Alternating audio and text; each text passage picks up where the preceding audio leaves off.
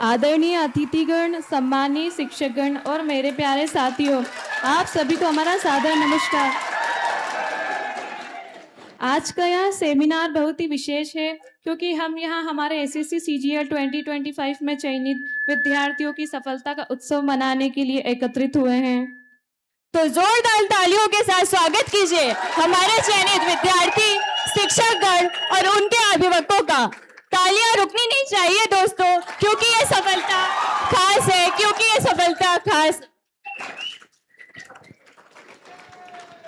सफलता तब मिलती है जब स्वयं को चुनौती देते हैं। सफलता तब मिलती है जब आप स्वयं को चुनौती देते हैं। सफलता तभी मिलती है जब आप खुद में विश्वास करते हैं। सफलता वही पाता है जो संघर्ष करने से नहीं डरता। सफलता के पीछे कठिनाई और परिश्रम ही होता है। सफलता के पीछे कठिनाई और परिश्रम ही होता है। Now I sincerely request Mr. Shubham sir to please come forward and present a bouquet to Gaurav sir as a token of respect and gratitude.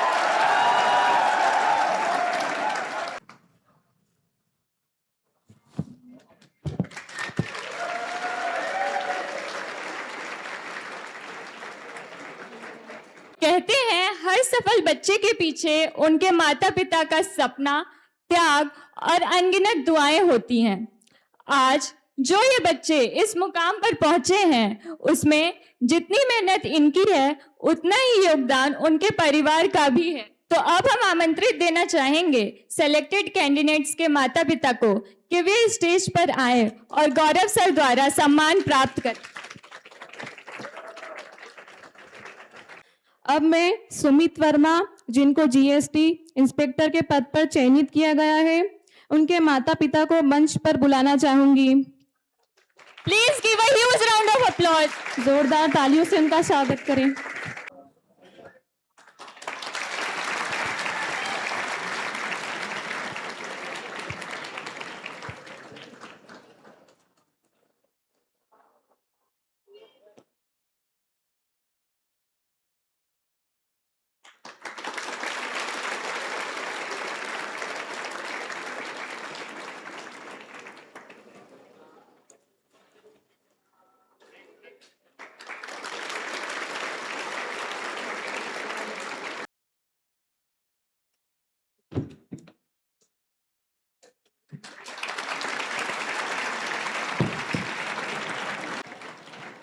Sumit के माता पिता को आज यहाँ आने के लिए अत्यंत धन्यवाद।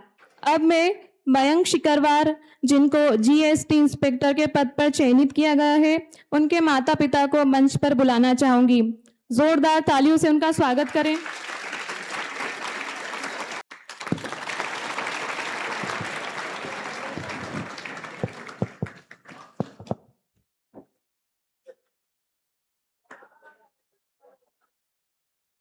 Please give a huge round of applause to such a proud parents.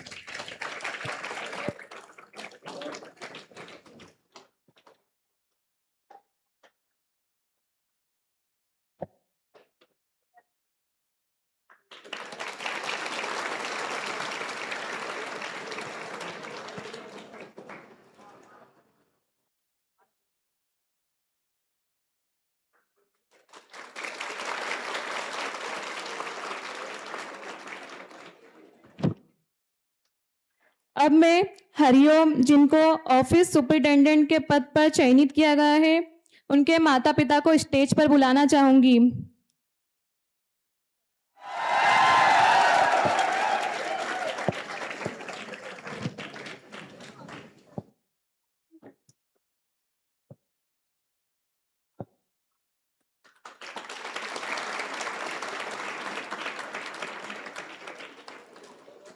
आज के इस मनोरंजन का आनंद उठाएं और तालियां बजाते रहें।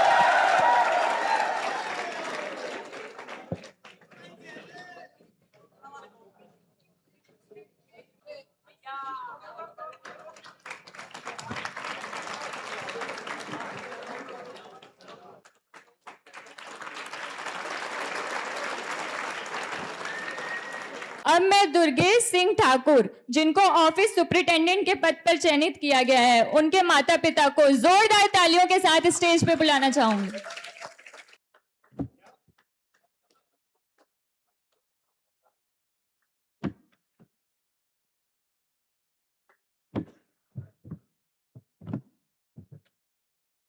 दुर्गेश के अभिभावकों को यहाँ आने के लिए बहुत बहुत धन्यवाद।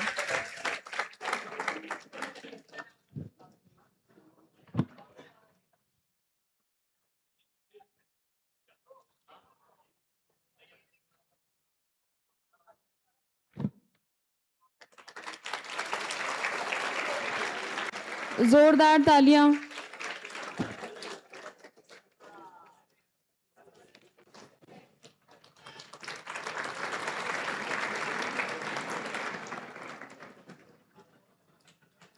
आपकी तालियां ही इनकी मेहनत का सबसे बड़ा सम्मान है। तो दोस्तों, तालियां रुकनी नहीं चाहिए, तालियां रुकनी नहीं चाहिए।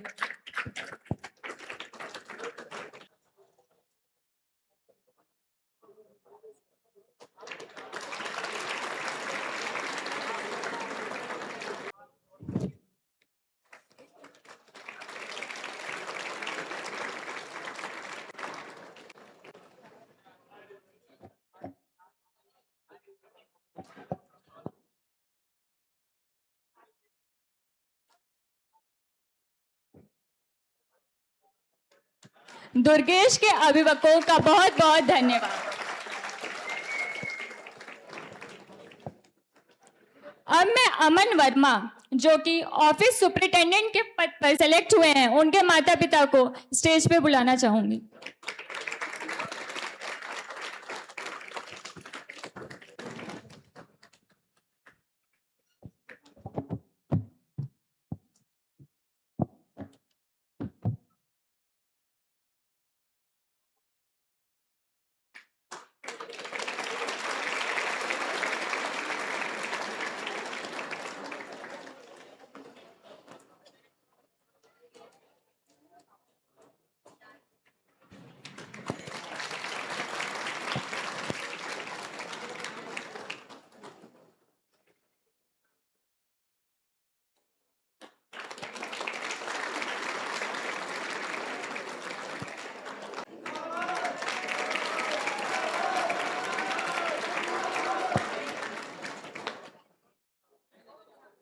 Thank you. अब मैं अंशुल चौरसिया, जो कि ऑफिस सुपरिटेंडेंट के पद पर सेलेक्ट हुए हैं, कृपया जोरदार तालियों से स्वागत करिए अंशुल चौरसिया के माता पिता का।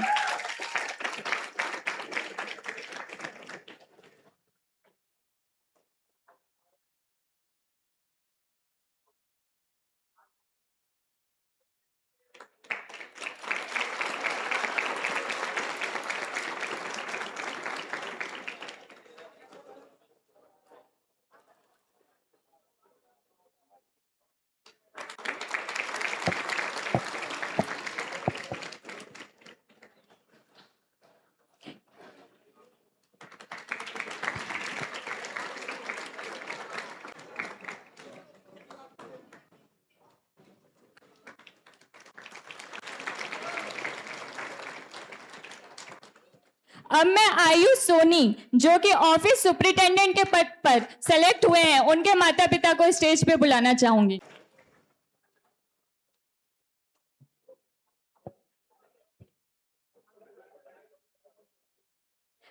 तालियों की गड़गड़ाहट रुकनी नहीं चाहिए, रुकनी नहीं चाहिए।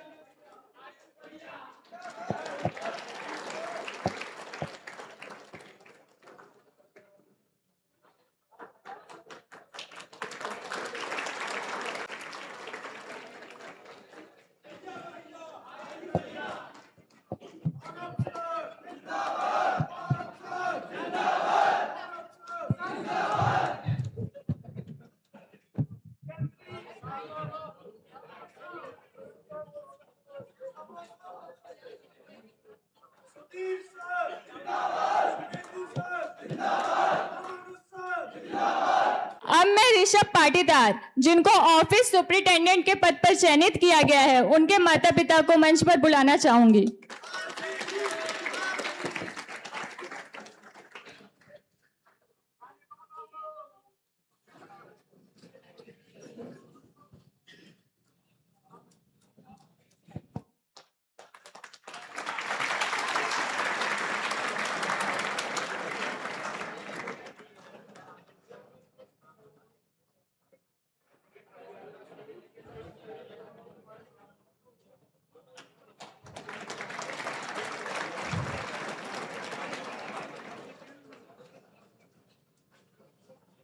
Such an emotional moment for such a proud parents. Please keep clapping.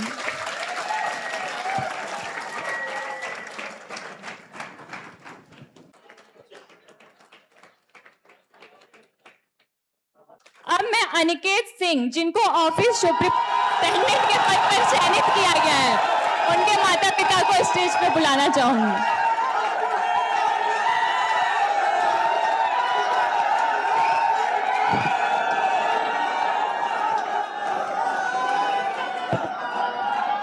Aniket के माता का जोरदार तालियों के साथ स्वागत किया जाए।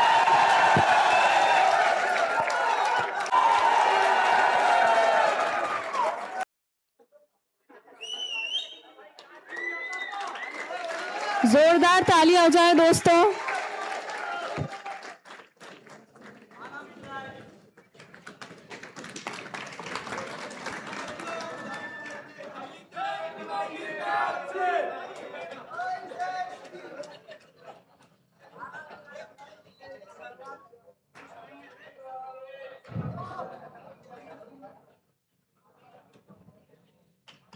अनिकेत की माता जी का बहुत बहुत धन्यवाद। अब मैं रक्षा गुप्ता, जो कि टेक्स्ट असिस्टेंट सीबीआईसी के पद पर चयनित किया गया है, उनके माता पिता को स्टेज पे बुलाना चाहूंगी। रक्षा के माता पिता कृपया मंच पर आएं।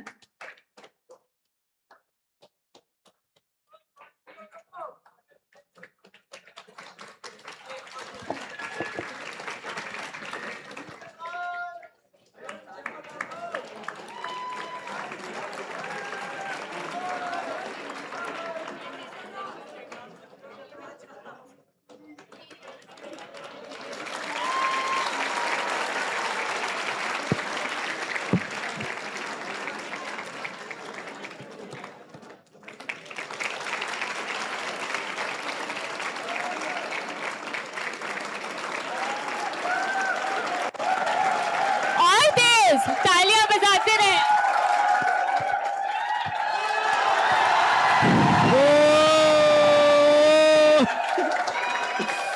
तेज की, जितना तेज आप लोगों ने डांस किया है उतनी ही तेज आपकी ताली होनी चाहिए।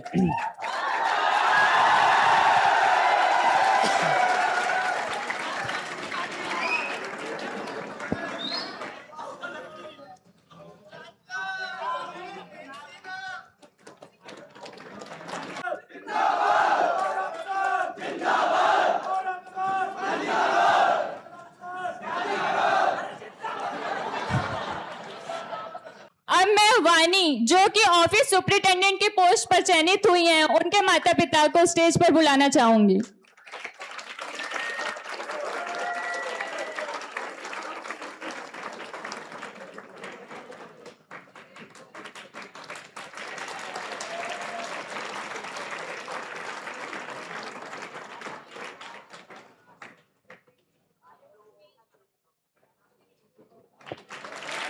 कृपया जोरदार तालियों के साथ स्वागत करिए वानी के माता पिता का।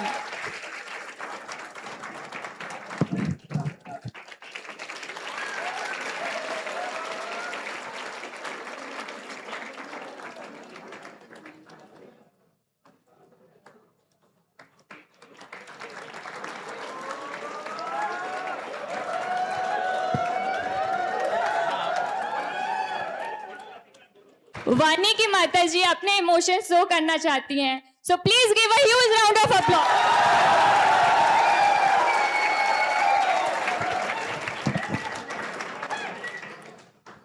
मैं चूंकि दतिया से हूं तो सबसे पहले आप लोगों को जय माई की।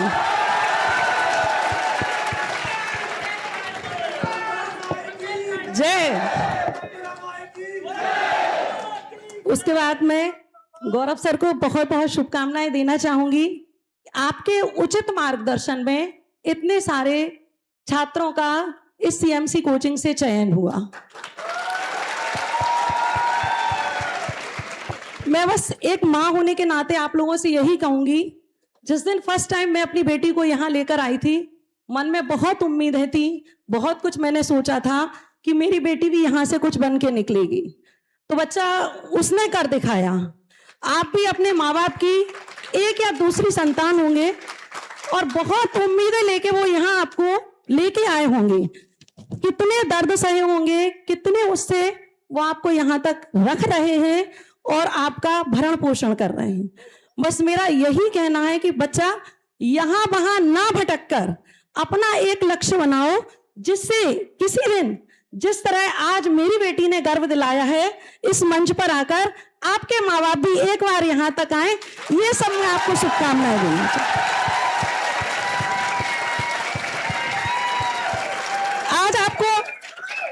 आज आपको ये बात बिल्कुल समझ में नहीं आएगी। मैं भी एक टीचर हूं, कितना गर्व होता है एक शिक्षक को। एक शिक्षक का सबसे बड़ा आईना उसका छात्र होता है। और आज सर को, गौरव सर को कितनी सुखद अनुभूति हो रही हो कि 22 बच्चों का चयन इस सीएमसी कोचिंग से हुआ है और माँ बाप भी गर्व का अनुभव करते हैं। तो प्लीज प्लीज प्लीज अपने माँ बाप को पहचानो, उनकी इच्छाओं को समझो, उनके मध्यम वर्गीय होने का अंदाजा लगाओ और यहाँ आके केवल एक लक्ष्य रखो कि मुझे यहाँ से कुछ करके, कुछ बन के निकलना है। जय माई की।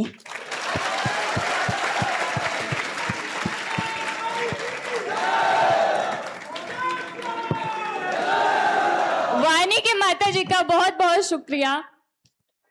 अब मैं ऋषभ पाटीदार, जो कि ऑफिस सुपरिटेंडेंट के पद पर सिलेक्ट हुआ है, उन्हें स्टेज पे बुलाना चाहूंगी ताकि वह अपने संघर्ष से लेकर सफलता तक के सफर को हमारे साथ साझा करें। So please give a huge round of applause to Rishabh Patidar. Rishabh Patidar, please come on stage to share. Thank you so much. जय हिंद साथियों। सबसे पहले इस प्यार और इस सम्मान के लिए मैं आदरणीय गौरव सर, सभी शिक्षक साथियों और आप सभी साथियों का दिल से आभार व्यक्त करता हूं। आपने इतना प्यार और स्नेह दिया। एक सबसे जोरदार ताली मैं चाहूंगा कि सीएमसी परिवार के नाम से एक जोरदार ताली आप लगाएं।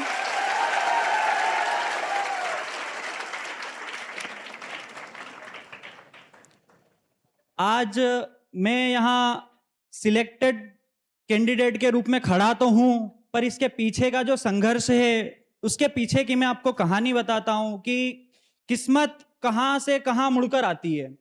मैं जब शुरुआत में कॉलेज पास हुआ तो एमपी पुलिस, पटवारी और ये जो एग्जाम आते थे, छोटे छोटे एग्जाम, एसएससी जीडी हो गया, ये सब दे रहा था। तो हर बार कहीं 1 नंबर से रह गए, कहीं मेरिट में आउट हो गए, कहीं रनिंग में रह गए, यही चल रहा था। तो किसी ने घर पे बताया कि आपके यहाँ तो काल सर्प दोष है। तो पापा और हम दोनों त्र्यंबकेश्वर गए थे नासिक पूजा करने। वहां पे हमें मिला एक जीएसटी इंस्पेक्टर। मतलब किस्मत देखिए आप, हम ऐसा कुछ प्लान नहीं था हमारा, हम तुरंत किसी ने बोला और उठ के चले गए कि चलो दर्शन तो हो ही जाएंगे, पूजा भी हो जाएगी। तो कोइंसिडेंस देखिए कि वो जीएसटी इंस्पेक्टर हमारी पास वाली बर्थ में ही बैठा था। उसने पूछा कि भाई कहाँ जा रहे हो, क्या है, क्या चल रहा है, ये सब उनसे वार्तालाप हुई। तो उन्होंने बताया कि यार एमपी पुलिस और ये सब कर रहे हो, पर आप सीजीएल की तैयारी करो, बहुत अच्छी एग्जाम है, बहुत अच्छी जॉब प्रोफाइल है, आप एक बार तैयारी तो करो। तो मेरे दिमाग में सबसे पहला थॉट जो आया वो यही था कि अरे यार यहाँ एमपी पुलिस में तो अपनी हवा निकल रही है, तो सीजीएल वहां तक कब पहुंचेंगे। मतलब वो लग रहा था कि कम से कम 4-5 साल तो लगेंगे वो सोचने में कि भाई अपन प्रिपेयर हो जाएं कि हाँ हम एग्जाम अच्छे से दे सकते हैं। उसके लिए प्रिपेयर होने में मेरे को लग रहा था कि 3-4 साल तो लगेंगे, अपना तो बेस ही नहीं है इतना। एमपी पुलिस के लिए यहाँ 1-1, 2-2 नंबर के लिए लड़ रहे हैं अपन। तो वहां तो मैंने उतना लाइटली लिया उस बात को कि ठीक है चलो देखेंगे बाद में। वहां से फिर घर आए, फिर पापा ने बोला कि वो जो बोल रहे थे उस बात पे तूने गौर किया क्या। तो फिर मैंने सोचा कि चलो देखते तो हैं सिलेबस क्या है, क्या क्या होता है, कहाँ कहाँ पोस्टिंग मिलती है, कैसी जॉब प्रोफाइल है। तो मैंने सर्च करना शुरू किया और ईमानदारी से मैं बताता हूँ कि 21 जून की बात है जब हम वहाँ दर्शन करने गए थे। उसके बाद मैं घर आया, मतलब 23-24 के आसपास तो मैं घर ही आया था। उसके बाद मैंने सर्च किया कि भाई क्या क्या कर सकते हैं क्या नहीं। 29 जून को मैं यहाँ आया इंदौर में। और एक अच्छी सी बात आपको बताता हूँ, शायद आप कनेक्ट कर पाएंगे कि इंदौर आते ही मैंने सबसे पहले लाल, पीली, नीली और काली कोचिंग देखी। उसमें से सबसे पहले आके, सबसे पहले मतलब ऐसा रहता है ना कि हम एकदम से कनेक्ट हो जाते हैं कोचिंग से। बाकी अपन क्या है, जैसे ही जाते हैं तो हमें समझ आ जाता है कि हमें कोचिंग में एडमिशन कहाँ लेना है। बाकी जो कंपैरिजन होता है ना, वो हम सिर्फ यही करते हैं कि भाई कहाँ की फीस ज्यादा है, कहाँ की कम है, कहाँ क्या सुविधा है, क्या नहीं है। बाकी जो माइंडसेट है हमारा, वो वहीं क्लियर हो जाता है कि भाई ये कोचिंग हमारे लिए बेस्ट है। तो मैंने मतलब शुरुआत में ही सोच लिया जाते से ही कि भाई मेरे को ये पीली वाली कोचिंग ज्वाइन करना है। तो मैं आया, मैंने 29 जुलाई की बात है ये, घर गया, यहाँ से घर से अपने झोली झंडे बांधे और 1 जुलाई को मैंने सीएमसी में एडमिशन ले लिया था। उसके बाद 2 महीने मैंने नॉर्मल जो बैच होती है उसमें पढ़ाई करी। उसके बाद गौरव सर का एक बहुत ही अच्छा इनिशिएटिव था कि इन्होंने स्पेशल बैच चलाया था उस टाइम पे, तो उसमें टेस्ट दिया, उसमें सिलेक्ट हुए। तो फिर पूरा जो स्पेशल बैच का जो फायदा मुझे मिला है, उसके लिए तो मैं हमेशा गौरव सर का आभारी रहूंगा कि मुझे तो बहुत अच्छा एक्सपीरियंस रहा है स्पेशल बैच को लेकर और बहुत मददगार साबित हुई है। स्पेशल बैच में पढ़ने के बाद करीबन फरवरी मार्च के आसपास मेरा कोर्स कंप्लीट हुआ और फिर एक बार किस्मत ने मेरी परीक्षा ली। घर पे दादाजी की तबीयत बहुत खराब हो गई थी, तो मतलब दादाजी की और हमारी बॉन्डिंग बहुत अच्छी थी। जो भी होता था दादाजी मुझे बताते थे, मैं उनकी सेवा करता था। तो पापा से उतनी अच्छी बनती नहीं थी उनकी, तो हमेशा वो मुझे ही कहते थे कि ले ये कर दे, ये कर दे, वो कर दे, ये सब मैं ही करता था। तो मेरे को घर जाना पड़ा। मैं 3-4 महीने वहाँ पे रहा, तो थोड़ा पढ़ाई और जो ये था बैलेंस, वो पूरा थोड़ा बिगड़ गया। ऊपर रखना, ठीक। तो वो जो बैलेंस था वो थोड़ा बिगड़ गया। तो उसी टाइम लगभग अगस्त में मैं वापस आया। सितंबर में शायद 13 सितंबर को मेरा प्री का एग्जाम था, तो वो बहुत अच्छा गया नहीं था। मुझे पता लग गया था कि हो भी सकता है, नहीं भी हो सकता है, ऐसा एग्जाम गया है। तो उसमें मेरा प्री सिर्फ 1 नंबर से रह गया था। खैर उसको रहना नहीं कह सकते, मेंस में रहो तो उसे कह सकते हैं कि एग्जाम रह गया था। प्री में क्वालिफाई होना तो मतलब ठीक है। तो तब मैं एकदम निराश हो गया। एकदम मुझे लग रहा था कि यार अपन क्या कर रहे थे। 6-8 महीने अपन ने बहुत इतनी मेहनत से तैयारी करी, इतने लग कर मेहनत कर रहे थे अपन, और यहाँ आके अपन ने 3-4 महीने मतलब मुझे अंदर से वो तो था कि चलो मैंने जो जिम्मेदारी थी मेरी कि भाई मेरे घर के जो बड़े बुजुर्ग हैं उनकी सेवा करना, वो तो निभाई, पर जो मैं मेरे भविष्य के लिए सोच रहा था उसका क्या। तो ऐसे ही मैं घूम रहा था गांव में, कहीं ये पढ़ लिया, वो पढ़ लिया, ये कर लिया, वो कर लिया, ऐसे सब। आसपास के रिश्तेदार भी आके बोलते थे कि भाई यहाँ लगवा देते हैं, यहाँ इस स्कूल में पढ़ाने लग जाए, ये करने लग जाए, वो करवा देंगे, 2 लाख रुपए में यहाँ पे अटैच करवा देंगे। ये सब चल रहा था। फिर भी दिमाग में था कि नहीं, इतना अगर किया है, 6-8 महीने अच्छे से अगर पढ़ाई करी है, तो और अच्छे से करके इसे सफलता तक लेके जाया जाए। तो फिर वहां से दोस्त वगैरह प्लान कर रहे थे जगन्नाथ जी घूमने का पूरी रथ यात्रा में। फिर मैंने कहा कि चलो चलते हैं। वहां मैं गया और वहां के बाद जो मैं रियल एक्सपीरियंस आपको बता रहा हूँ कि उसके बाद मैंने बहुत सी चीजें ऐसी कनेक्ट होती देखी है। मतलब ये तो नहीं कहता कि भाई भगवान से कनेक्शन हो गया मेरा, पर जो मैंने फील किया है वो बहुत ही मतलब अद्वितीय एक्सपीरियंस था मेरे लिए जीवन का। उसके बाद पता नहीं क्या मेरे दिमाग में चलने लगा, अंदर से एक अलग ही पॉजिटिविटी आने लगी। फिर मैंने पढ़ाई उसी तरीके से शुरू करी और फिर आज आपके सामने यहाँ खड़ा हूँ। तो काफी अच्छा, मतलब अच्छा, तो भगवान ने किसी चीज की वैसे कोई कमी नहीं रखी कि भाई फाइनेंशियल दिक्कत है, या मेहनत करने का उन्होंने साहस दिया, इसके लिए मैं भगवान का बहुत बहुत आभारी हूँ। और उसके बाद ही साथ में मेरा एक रूममेट था निखिल सिंह तोमर करके, वो अभी पिछले सेमिनार में अगर कोई आया हो तो उनका CISF में हुआ है, सब इंस्पेक्टर में। तो हम रूममेट थे, दिन भर हम साथ में रहते थे, दिन भर खाना पीना, एक ही मेस, एक ही लाइब्रेरी, एक ही कोचिंग, सुबह से शाम हम साथ में घूमते थे। सुबह सोमवार से शुक्रवार तक अच्छे से पढ़ाई करी। सैटरडे की नाइट डेली फिक्स था कि एक मूवी देखनी है, मतलब देखनी है, थिएटर में जाके नहीं, मोबाइल में। तो पता चला आप हर सैटरडे थिएटर जा रहे हैं, मूवी देख रहे हैं, तो मोबाइल में मूवी, पूरा शेड्यूल ऐसा एकदम फिक्स था कि भाई ये करना है तो करना है, उसके बाद टाइम मिलेगा तो कुछ भी करेंगे। मतलब आपने देखा होगा जैसे घर वाले बहुत प्रेशर देते हैं कि भाई पढ़ ले, तू ये क्यों कर रहा है, घूम क्यों रहा है। हमें तो दोनों के घर वाले हमें बोलते थे कि ये कर ले, आज जाके थोड़ा घूमा, आज बाहर खा। मेरे तो पापा बोलते थे कि आज लच्छा पराठा खा आना, जाके आज पनीर की सब्जी खा आना। तो ऐसा होता था उस टाइम पे। तो बहुत ही अच्छा एक शानदार सफर रहा मेरा। निखिल को भी मैं बहुत दिल से धन्यवाद देना चाहूंगा, उसका भी बहुत साथ रहा इस जर्नी में। और भी मेरे बहुत ही इष्ट मित्र हैं जिन्होंने बहुत साथ दिया, कभी डिमोटिवेट नहीं होने दिया। हमेशा मुझ पर जितना भरोसा नहीं था उससे ज्यादा भरोसा उन्होंने दिलाया मुझे कि नहीं भाई तू तो कर सकता है, अगर तू नहीं कर सकता है तो कौन करेगा। ये बात वो हमेशा बोलते थे कि भाई तेरा नहीं होगा तो फिर किसका होगा। तो आपको भी मैं यही कहूंगा कि अच्छे से दम लगा के मेहनत करें, अच्छे से खूब पढ़ाई करें, जो भी लाइफ को एकदम बैलेंस में रखते हुए चलें। ऐसा नहीं कि भाई अपन एकदम किताबी कीड़े बन के पढ़ रहे हैं, बाकी सारी एक्टिविटी भी करें, अच्छे से पढ़े, जितना पढ़ सकते हैं अपना मैक्सिमम दें, एक ना एक दिन सफलता जरूर मिलेगी। और आखिरी में जाते जाते मैं जो जाकिर खान है उनकी वही लाइन दोहराना चाहूंगा कि बहुत मेहनत करना, बहुत मेहनत करने से हो जाता है, मैंने करके देखा है, हो जाएगा। बहुत बहुत धन्यवाद।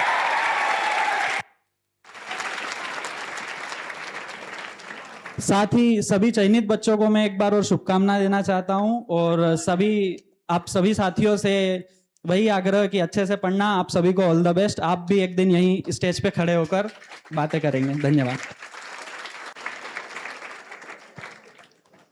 आशा करती हूँ कि ऋषभ की स्टोरी से हमारे यहाँ साथ बैठे सारे दोस्तों को प्रोत्साहित किया होगा और उन्हें निरंतर मेहनत करने के लिए प्रोत्साहित किया होगा। ऋषभ की स्टोरी से एक चीज तो पता चली कि हमारे सीएमसी इंदौर को पीली वाली कोचिंग के नाम से भी जाना जाता है। Please welcome Ayush Soni, selected as office superintendent to share his experience. सबसे पहले तो जय बागेश्वर धाम महाराज की। तो जैसे कि मैं छतरपुर से हूँ, तो बागेश्वरी धाम हमारे यहाँ से पास पड़ता है। तो मेरी जर्नी कुछ ऐसी रही, अप्स एंड डाउन पूरी जर्नी में चलते ही रहे। जैसे ही मैं अपने बारे में जैसे बताऊं तो मेरा नाम Ayush Soni, selected as an OS in income tax department. जैसे कि आपने ओएस के बारे में सुना होगा, ये सीजीएल में फर्स्ट टाइम ही इंट्रोड्यूस हुई है। इसके पहले अगर आपको इनकम टैक्स में जाना है तो दो ही वेज थे, या तो आप इनकम टैक्स इंस्पेक्टर बनिए या फिर टैक्स असिस्टेंट बनिए। इनकम टैक्स इंस्पेक्टर में ये होता था कि अगर आपको मिल तो जाएगी, लेकिन मोस्टली चांसेस ये रहते कि साउथ में पोस्टिंग होगी, या अगर आपको फिर अगर एमपी चाहिए तो फिर टैक्स असिस्टेंट ले लीजिए। लेकिन उसमें क्या है, पैसे ही नहीं मिलने हैं। मिलने कितने हैं, 2400 ग्रेड पे की जॉब है, कम है, लेकिन उस टाइम पे प्रमोशन फास्ट था तो हो जाता था। इसी बार सीजीएल ने ये नई पोस्ट इंट्रोड्यूस की है, और ये इस बार की सबसे गोल्डन अपॉर्चुनिटी थी जो हम सभी भाइयों ने ग्रैब की है कि हम लोगों को एमपी भी मिल जाएगा और सैलरी भी अच्छी मिलेगी। तो मेरे सफर की जर्नी ऐसे शुरू हुई कि मैं सेकेंड ईयर में ग्रेजुएशन कर रहा था महाराजा छत्रसाल बुंदेलखंड यूनिवर्सिटी से, अगर कोई छतरपुर से होगा तो सेकेंड ईयर से करते करते क्या हुआ कि अब सोच तो रहे थे कि कर रहे, अब सब लोग जानते हैं कि बीएससी बीए और बीकॉम करने से क्या ही होता है, सबको पता है कि कितनी सैलरी मिलेगी और क्या मिलेगा। तो ऐसे ही बैठे अब यूपीएससी की प्रिपरेशन करने के सोच रहे थे कि यूपीएससी करेंगे यूपीएससी, लेकिन शुरू ही नहीं हो पा रही थी वो कब से करना है, ना डेट मिल रही थी। फिर एक दिन पिताजी से बात चल रही है, तो चलते चलते वो कहते हैं कि तुम कुछ ना करो, केवल दोस्तन के संग शाम के जाओ और अपोलो में बैठे रहो। अब ये बात लग गई दिल पे, हमने कहा नहीं कुछ तो करेंगे। तो फिर उन्हीं ने बताया कि ऐसे ऐसे एसएससी सीजीएल का एग्जाम होता है, अगर तुम दोगे, मैथ तुम्हारी अच्छी है, तुम आसानी से क्रैक कर सकते हो। लेकिन अब उनने तो कह दिया आसानी से क्रैक करते, हमने देखा है सिलेबस कितना कैसा है। नहीं, सब माँ बाप को लगता है उनके लड़के बेस्ट हैं, उनके बच्चे सबसे अच्छे हैं, लेकिन अपन अपनी रियलिटी अच्छे से जानते हैं जब किताबें खोलते हैं कि किताबें खोली, इंस्टाग्राम पहले खुल जाता है, किताबें बाद में खुलेंगी। तो जैसे ही मैंने स्टार्टिंग की तो पढ़ाई में पिताजी ने बताया कि ऐसे ऐसे तैयारी करनी है, ये इस चीज की तैयारी करो। सर्च किया यूट्यूब पर, बहुत चीजें देखी। अब पढ़ाई तो छतरपुर से स्टार्ट कर दी, लेकिन जब आप घर से पढ़ रहे होते हो तो इतनी सारी डिस्ट्रैक्शन, इतनी सारी आपको ना स्टडी एनवायरनमेंट मिल पाएगा, ना कंसिस्टेंसी रह पाती है। तो थोड़ा बहुत एक आध बार एग्जाम दिया सीएचएसएल का, थोड़ी बहुत तैयारी करके, एक भी बार प्री नहीं हुआ। फिर जैसे ही ग्रेजुएशन कंप्लीट हुई तो इंदौर आने का प्लान बनाया कि सीजीएल की तैयारी करनी है, इंदौर चलते हैं। तो इंदौर आने के जैसे ही इंदौर आने का सोचा तो मन में बहुत सारे ख्याल चले, कहाँ रहूंगा, क्या खाऊंगा, क्या पहनूंगा तो नहीं लेकिन बहुत सी चीजें चली दिमाग में। लेकिन एक चीज जो क्लियर माइंड में थी वो थी सीएमसी से कोचिंग करना। अब सीएमसी से क्यों करना, क्योंकि हमने गौरव सर के बारे में बहुत कुछ सुन रखा था, दोस्त लोग करके गए थे, तो वो उनकी मैथ के बारे में बहुत सुना था। तो यहाँ सीएमसी आया और सबसे पहले खुद तो एडमिशन लिया, साथ में सर के 3 और एडमिशन करा दिए। वो बैठे हुए हैं पीछे यहाँ पे, तो उनके भी मतलब जहां पर वो जा रहे थे हमने कहा नहीं नहीं यहाँ नहीं, यहाँ चलो। तो चारों लोग आए और शुरू से एंड तक रहे। अब एसएससी सीजीएल की तैयारी में आपको सबसे पहले 3 चीजों का ध्यान रखना है। सबसे पहले कंसिस्टेंसी, और डिस्ट्रैक्ट नहीं होता है, क्योंकि डिस्ट्रैक्शन के लिए तो कितनी चीजें अगर भोलाराम में है आप सबको जानते हैं। और कंसिस्टेंसी का ऐसा है कि आप लोग हमारे पास क्वेश्चन ले लेके आते हैं कि भैया 2 दिन पढ़ते हैं, तीसरे दिन इंस्टाग्राम फिर चालू हो जाता है, क्या करें इसका। तो सबसे पहले आपको कंसिस्टेंसी बनाने के लिए 8 घंटे का डेली पढ़ाई करनी है। कुछ भी सीजन वो किसी की शादी हो, बारात हो, पक्या तो कहीं नहीं जाना है। 8 घंटे अगर आपने पढ़ा है तो डेली पढ़ना है। अगले दिन ऐसा नहीं कि एक दिन पढ़ा फिर अगले दिन छोड़ दिया फिर अगले दिन पढ़ा, चाहे आप उसको 8 को 6 कर लो, लेकिन करना कंसिस्टेंसी के साथ है। और तीसरी चीज जो सर ने गोल्डन रूल है सर का, गौरव सर का, कि सोना कम है। छतरपुर में जब मैं रहता तो 12-15 घंटा से तो कम सो ही नहीं सकता था, क्योंकि अब नींद ही इतनी आती थी कि दिन में सो के हुए, खाना पीना खाया, फिर 2 बजे से फिर नैप लिया। उधर रह के ये लगता था कि यही पढ़ाई है, अगर 2 घंटा पढ़ लिया तो बहुत पढ़ लिया, इतना तो इनफ है। सीजीएल में AIR1 तो हमारी आएगी, 2 घंटे पढ़ गए। नहीं, आप अगर खुद सीएमसी में पहले दिन क्लास लो और नंबर सिस्टम का टॉपिक हो तो घर पे जाके एक स्लिप सबसे पहले लगती है कि AIR1 2025 या 26, फिर धीरे धीरे और आगे बढ़ती है, ट्रिग्नोमेट्री आती है, तो 0-0 बढ़ते बढ़ते कब सिलेक्शन से वो बाहर हो जाते पता ही नहीं चलता। तो अब कंसिस्टेंसी के लिए तो आप डेली पढ़ना। और गौरव सर ने जो कहा है कि जैसे गौरव सर बोलते हैं कुछ भी, पहली दिन में आया तो उन्होंने बताया कि आप इधर आए होगे, आपने भोलाराम घूमा होगा, ये देखा वो देखा, और 4 दोस्त पकड़ के चाय पिलाई होगी। मैं सोच रहा कि सर कैमरे लगाए थे कि पहले से हमारे पीछे, ये सब तो मैं करके आया, अब चाय के पैसे भी वापस नहीं ले सकते थे।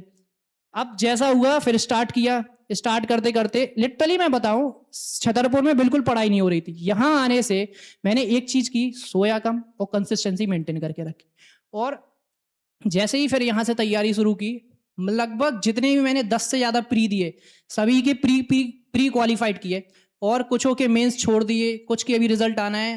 तो जो सबसे ज्यादा मुझे हार्ट ब्रेक लगा वो था एनटीपीसी का रिजल्ट का। एनटीपीसी में जब मैंने रिजल्ट देखा तो मेरी मेंस की आंसर की आने के बाद 7th रैंक लग रही थी एमपी में। तो अपन ने मिठाइयां बांट दी कि भैया आंसर की आ गई, अब इससे ज्यादा क्या ही होगा, ज्यादा से ज्यादा 2-4 रैंक और खिसक जाएगी। लेकिन आते आते जब उसकी फाइनल आंसर की आई, उसने 10 क्वेश्चन बोनस कर दिए। अब 10 में से मेरे 8 सही थे, मुझे एक के भी नंबर नहीं मिले। अब मैं इस पोजीशन में आ चुका था कि ना तो सीजीएल के लायक बचा था ना एनटीपीसी के लायक। घर वालों को बताता तो किस मुंह से बताता कि अब आपने जो मिठाइयाँ बांटी हैं वो वापस लेके आओ, क्योंकि अब क्या कर सकते थे उसमें ना, और दोस्तों से भी शेयर नहीं कर सकते थे, क्योंकि वो भी क्या चिल्लाना शुरू कर दिया था कि भैया एनटीपीसी सिलेक्टेड, एनटीपीसी सिलेक्टेड। अकेले बैठ के सोच रहा क्या करूं क्या करूं। फिर एक दिन सोचा कि जो हुआ सो देखा जाएगा, सीजीएल का प्री हो गया है, मेंस की तैयारी करो। उस दिन से मैंने एक चीज डिसाइड की, 35 दिन बचे थे, 35 दिन में से मैंने 30 दिन सेलेक्ट कर लिए कि किसी भी 30 दिन मुझे 12 घंटे पढ़ना है। और 12 घंटे मैंने एक शीट ली, उसके 30 पार्ट किए, और जिस दिन मैं 12 घंटे पढ़ लेता था उस दिन टिक कर देता था, और जिस दिन नहीं पढ़ पाता था उस दिन छोड़ देता था। लेकिन एक चीज अपने मन को डराया कि अगर ये 30 दिन पूरे नहीं हुए तो मेरा सिलेक्शन एसएससी सीजीएल में तो कभी हो ही नहीं सकता। इस डर के कारण मैं 12 घंटे डेली पढ़ा, और मतलब सब चीजें मैं भूल गया था, क्योंकि एनटीपीसी के सिलेक्शन के बाद मैं इतना ज्यादा चला गया था कि आराम से खा रहे हैं, पी रहे हैं, खाने के बाद टहलना जरूरी हो गया, फिर से नींद 10 घंटे की जरूरी हो गई। जब ये सब हुआ तो इस कंडीशन में आ चुका था कि अब तो कुछ ना कुछ करना है। फिर उसके बाद मैंने 12 घंटे कंसिस्टेंसी के साथ पढ़ाई की, लेकिन नंबर ही नहीं बढ़ रहे थे, 70-80 परसेंटाइल पे टिके हुए हैं। फिर एक दिन गौरव सर को कॉल किया कि क्या किया जाए। उनने कहा कि एमसीक्यू कर लो। हमने कहा वो सारे हो गए, प्रीवियस ईयर वगैरह सब उनने बताया। मैंने कहा ये भी कर लिया। वो कहते टॉपिक रिवाइज कर लो, किसी फिर से कर लो। मैंने कहा कि सर ये भी कर लिया। फिर वो कहते हैं कि ऐसा करो, तुम्हारी तैयारी अच्छी है, सो जाओ आराम से, तुम्हारा दिमाग ज़्यादा खराब है। तो मैंने कुछ नहीं किया, मैंने फिर से सर की एडवाइसेस को फिर से ध्यान में लिया कि उनने कहा क्या। फिर मैंने फिर से प्रीवियस ईयर निकाले, सारे पिनेकल के जितने भी मैंने सॉल्व किए थे सबको फिर से एक बार देखा, फिर से सारे क्वेश्चन एक बार सॉल्यूशन किए। और लिटरली आप मानोगे नहीं, एक हफ्ते में जब अगला मॉक मैंने दिया तो उसमें मेरे 95 परसेंटाइल प्लस आ गए थे। और उसके बाद जो जर्नी रही 98 परसेंटाइल, 98-9 परसेंटाइल, और फिर सीधा प्री में मेंस में गया और वहां पे सिलेक्शन हो गया। तो ये सब मैं पूरी तरीके से डेडिकेटेड था गौरव सर की एडवाइसेस पे। जो उन्होंने कहा वो माना क्योंकि मुझे ये विश्वास था कि जब ये हमारी जो नहीं, जब जानते नहीं थे तब हमारे बारे में इतना बता रहे हैं, तो जानने के बाद तो इनने कितना ही सही बताया होगा। तो पूरी तरीके से मैं तो अपनी सक्सेस को गौरव सर को डेडिकेट करूंगा और अपने पेरेंट्स को डेडिकेट करूंगा।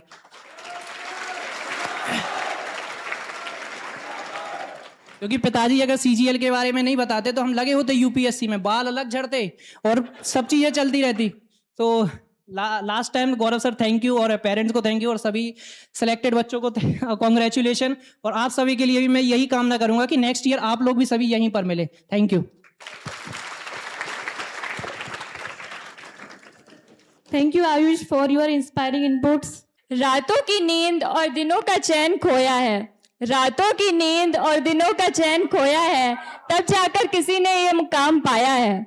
ये सफलता यूं ही नहीं मिलती दोस्तों, ये सफलता यूं ही नहीं मिलती दोस्तों, इनके पीछे हर दिन का संघर्ष समाया है, हर दिन का संघर्ष समाया है।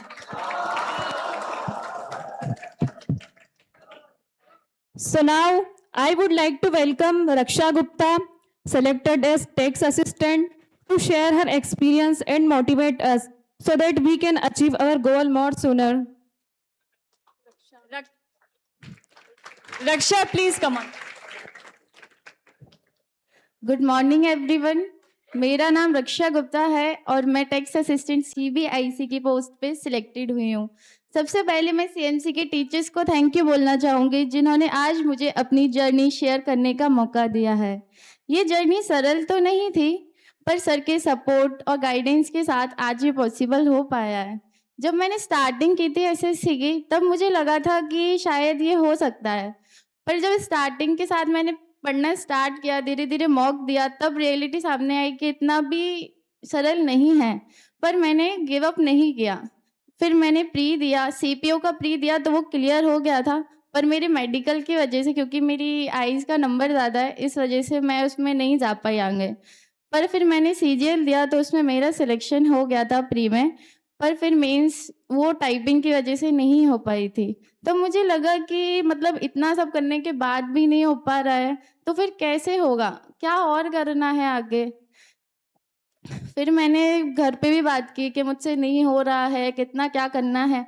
पर मेरे पापा ने मुझसे हमेशा यही बोला है कि जब तक तुम्हारा मन करे तब तक करना, नहीं मन करे तो वापस आ जाना, क्योंकि पेरेंट्स का एक ट्रस्ट होता है आपके ऊपर।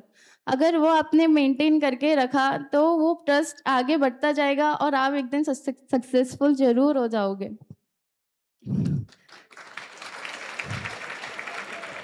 जब मेरा मेंस का रिजल्ट आया था, तब मैंने देखा कि टाइपिंग तो नहीं हो पाई है, तो फिर टूट गई थी। मुझे लगा देखते हैं क्या करते हैं, प्राइवेट जॉब कर लेती हूँ, क्योंकि मेरे बहुत सारे फ्रेंड्स ऐसा प्राइवेट जॉब कर रहे थे। तो मुझे लगा कि शायद मैं ही रह गई हूँ, तो मुझे भी प्राइवेट कर लेनी चाहिए।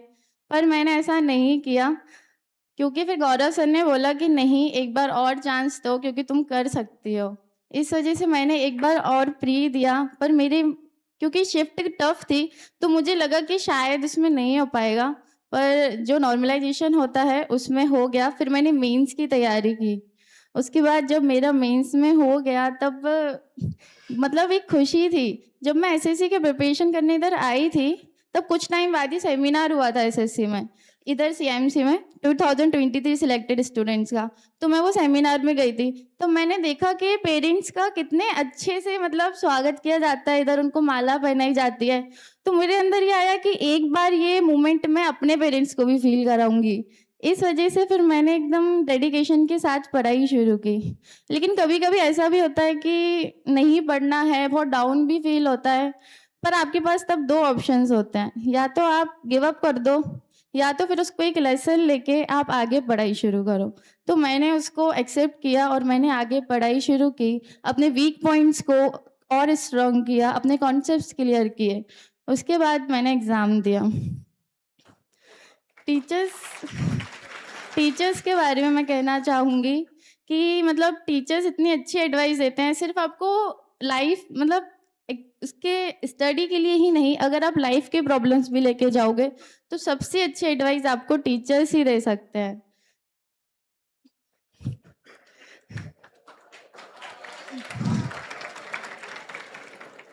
मैं आप सबसे यही कहना चाहूँगी कि अगर मैंने किया है, इन सब ने किया है, तो आप भी कर सकते हो। क्योंकि मेहनत एक दिन में रंग नहीं लाती है, पर हर दिन थोड़ी-थोड़ी करने से ज़रूर हो जाती है। Thank you.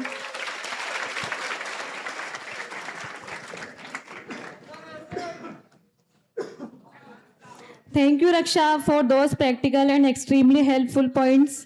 तो मैं उन्हें बुलाना चाहूंगी जिन्होंने स्टूडेंट से लेके इंस्पेक्टर तक का सफर तय किया है। जोरदार तालियों के साथ आमंत्रित करना चाहेंगे सुमित वर्मा को, जो कि जीएसटी इंस्पेक्टर के पद पर सेलेक्ट हुए हैं। कृपया मंच पर आए और अपना अनुभव साझा करें।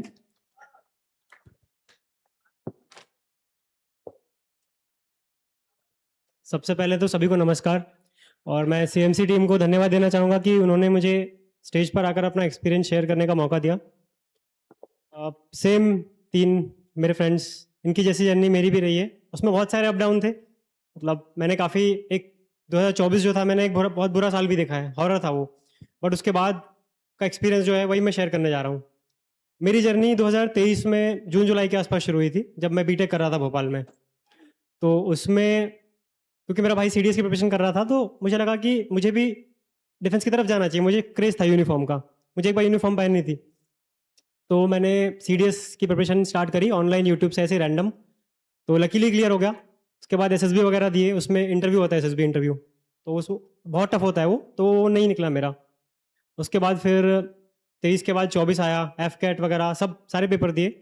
24 में मैंने लगभग 7-8 पेपर दिए और मेरा एक भी पेपर नहीं निकला, एक भी नहीं निकला। और ना मेरी कॉलेज से प्लेसमेंट में कुछ हो रहा था। प्लेसमेंट की कंपनीज आती थी कॉलेज में, मैं बैठता इंटरव्यू में, लिस्ट में नाम ही नहीं आता था, आउट। उसके बाद फिर मैं 2024 में जून जुलाई में इंदौर आया। फिर मैंने कोचिंग्स का पता करा, तो मैंने दिसंबर में जाके कोचिंग ज्वाइन करी सीएमसी। तो डेमो के, मुझे सीजीएल का तो पता नहीं था, उतना आइडिया नहीं था पोस्ट वगैरह का। तो गौरव सर डेमो लेने आए। गौरव सर ने बोला कि आओ भाई, क्या बनना है तेरे को। मैं बोला सर, तो जब तेरे को पता ही नहीं है, तेरे को पोस्ट का ही आइडिया नहीं है। फिर मुझे लगा कि हाँ यार, नहीं, एग्जाम के बारे में तो एटलीस्ट पता होना चाहिए। सर ने एक बेसिक ओवरव्यू दिया, फिर मैंने अपनी पोस्ट डिसाइड करी कि हाँ मेरे को ये लेनी है। उसके बाद फिर वही प्रिपरेशन मैंने स्टार्ट करी 2024 के एंड में। 2024 का जो फेज था वो मेरा, जिसमें मेरे एग्जाम्स नहीं निकले थे, उसमें काफ़ी मुझे ऐसा लगा कि यार शायद गवर्नमेंट एग्जाम्स तो मतलब नहीं है, मेरे बस की बात नहीं है, मुझसे नहीं होगा। क्योंकि शायद CHSL CPO वगैरह सब दिए थे मैंने, एक भी नहीं निकला था। उस फेज में फिर काफ़ी डिमोटिवेशन आया। बट फिर पेरेंट्स का सपोर्ट था। पापा ने बोला कि हाँ कॉम्पिटेटिव एग्जाम है, मैं जानता हूँ, मैंने भी फेस करा है, इतना आसान नहीं होता है चीज़ें, आप अप डाउन दोनों देखते हो अपनी जर्नी में। फिर पापा का सपोर्ट था, मम्मी का सपोर्ट था, फ्रेंड्स बहुत सपोर्टिव थे, और ऐसी कोई दिक्कत तो मुझे आई नहीं। फाइनेंशियल बैकग्राउंड ठीक ठाक था मेरा, बना हुआ था। तो फिर मैंने जब प्रिपरेशन स्टार्ट करी, तो मैंने सोचा कि हाँ, फिर जब मैंने ज्वाइन करी, उसकी 2-1 महीने बाद ही सेमिनार हुआ था। तो उसमें मैंने सोचा कि यार सेमिनार तो मेरे को भी आना है, मतलब मेरा भी स्वागत हो सीएमसी में, मेरे को भी एक बार देखना है ऐसा कि मतलब हाँ। फिर मैंने वो मैनिफेस्ट कर रहा था चीज़ें, मैंने सोच ही लिया था कि नहीं, मुझे जीएसटी इंस्पेक्टर ही चाहिए, उससे नीचे नहीं, मतलब मैं मेहनत ही नहीं करूँगा। फिर उसके बाद काफ़ी सारी चीज़ें आई प्रिपरेशन में। एक टाइम पे मुझे 2-2 क्लास भी लेनी पड़ी मैथ की, क्योंकि मेरा टारगेट 2025 था, मुझे 2025 में ही क्लियर करना था सीजीएल। फिर मैंने एडवांस अरिथमेटिक वगैरह सब साथ में करी कोचिंग। और उसके बीच ऐसा नहीं है कि वो जर्नी भी मेरी स्मूथ रही, उसमें भी काफ़ी अप डाउन आए। बट फिर सिंस गौरव सर हर क्लास के पहले 5-1 मिनट आपको एक रियलिटी दिखा देते हैं कि यार ऐसा ऐसा है, ये है, मेहनत करनी है, उसके बिना नहीं होगा, आप घर पे पड़े रहोगे उससे नहीं होगा। और फिर मेरे फ्रेंड्स भी काफ़ी सपोर्टिव थे, कभी कभी चाय वाय पे चले जाते थे हम भी, बट ऐसा रेगुलर नहीं था। 2024 का जब एंड था, तो मैंने फिर सोच लिया था कि अब इंस्टाग्राम, फेसबुक, व्हाट्सएप इन पे मुझे नहीं रहना है। तो मैंने अपने फ़ोन से सब हटा दिया था। मुझे सिर्फ एक ही चीज़ दिख रही थी कि सीजीएल मेरे को देना है और सीजीएल क्लियर करना है मुझे। फिर फाइनली वो दिन आया रिजल्ट का, प्री दिया मैंने, फिर मेंस का रिजल्ट आया, काफ़ी खुशी हुई, मुझे लगा कि हाँ चलो ठीक है, मेहनत करी है तो रिजल्ट आया है। फिर अंत में यही बोलूँगा मैं कि आप लोग बस कंसिस्टेंट रहिए। ऐसा ना हो कि जैसे मेरा बताता हूँ, मैं जब घर जाता था तो पापा बोलते थे कि तेरे को 2 दिन से ज़्यादा नहीं रुकना, कितना ही बड़ा फंक्शन हो, 2 या 3 दिन मैक्सिमम। तो मैं तीसरे दिन यहाँ पे आ जाता था कि हाँ नहीं, वो पेपर पहले। तो ये चीज़ थी मेरी कि मैं पढ़ाई से दूर नहीं हुआ कभी भी। 3-4 दिन लगातार नहीं गए कि मैंने पढ़ाई नहीं करी बिल्कुल। घर जाता तो मैं तो 1-2 किताब वगैरह की लेके आता था। तो उस टाइप से कंटिन्यूटी बनी रही मेरी पूरी। अंत में यही बोलना चाहूँगा कि मेहनत करो। जैसे एक कोट है कि खुद ही को कर बुलंद इतना कि खुदा बंदे से खुद पूछे बता तेरी रजा क्या है। Thank you. So now I would like to invite Durgesh Singh Thakur, selected as Office Superintendent. Please come on the stage.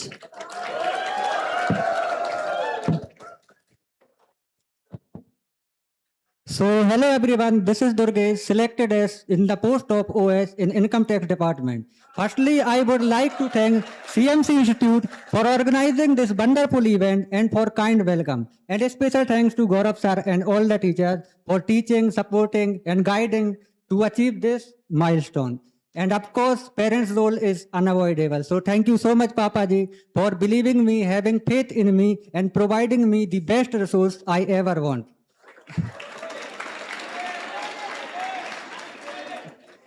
चलो बहुत हो गई अब इंग्लिश, अभी आधे लोग सो ही जाएंगे ना। अब मेरी जर्नी बहुत छोटी सी है, ना ज्यादा स्ट्रगल है, ना टेंशन, ना डिप्रेशन, ना कोई प्रेशर। बस मैं डे 1 से ही मैं पॉजिटिव था और मेरा कॉन्फिडेंस लेवल हाई रहता था हमेशा से। बस कभी कभी अगर थोड़ा कम हो जाता था तो सीधे गौरव सर के ऑफिस सर से 5-10 मिनट का कन्वर्सेशन, बस कॉन्फिडेंस फिर जागे था। तो सर से मैं सब कुछ शेयर करता था। जब मैंने सर से पहली बार बात की थी तो सर ने मुझसे बोला था कि तुम्हारे अंदर पोटेंशियल बहुत है और तुम्हारा ब्रेन भी शार्प है, इसको बस एक दिशा की जरूरत है, तो तुम मुझसे बात करने आया था तेरे घर। तो बस मेरा आना जाना हो गया सर के ऑफिस में, कभी भी चला जाता था मैं।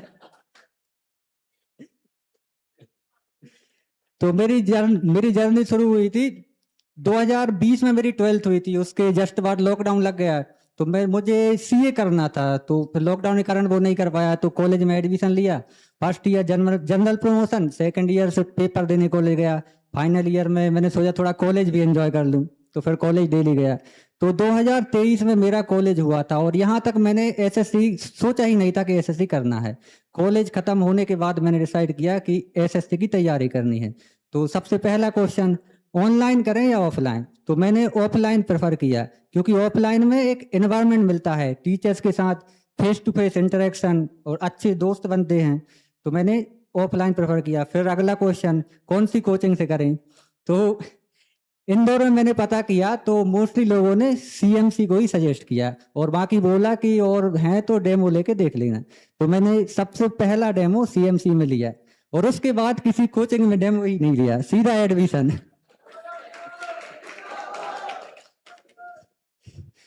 अब मैंने 2024 के जनवरी में कोचिंग ज्वाइन की थी और डे 1 से ही मैंने जो क्लास में पढ़ाते थे उसको रिवाइज किया। और फिर मैंने सोचा ये तो सब कर रहे हैं और सिलेक्शन तो सबका होना नहीं है, तो मुझे कुछ अलग से भी करना पड़ेगा। तो साथ में ही मैंने PYQ लगाए, बुकें स्टार्टिंग से ही पढ़नी स्टार्ट की, कैलकुलेशन को स्ट्रांग किया और यही सारी चीजें, इन सब का रिजल्ट 3 महीने के अंदर ही इन सब का रिजल्ट मिल गया। 3 महीने बाद मैंने अपनी लाइफ का पहला कॉम्पिटिटिव एग्जाम दिया था SSC GD का और 3 महीने में ही वो निकल गया था। और फिर उसके बाद CPO निकला, फिर MTS, railway, NTPC, graduate level, सारे लाइन से निकलते गए। पर मेरा टारगेट था SSC CGL, तो उसका भी प्री हुआ, मेंस में 3 नंबर से रह गया।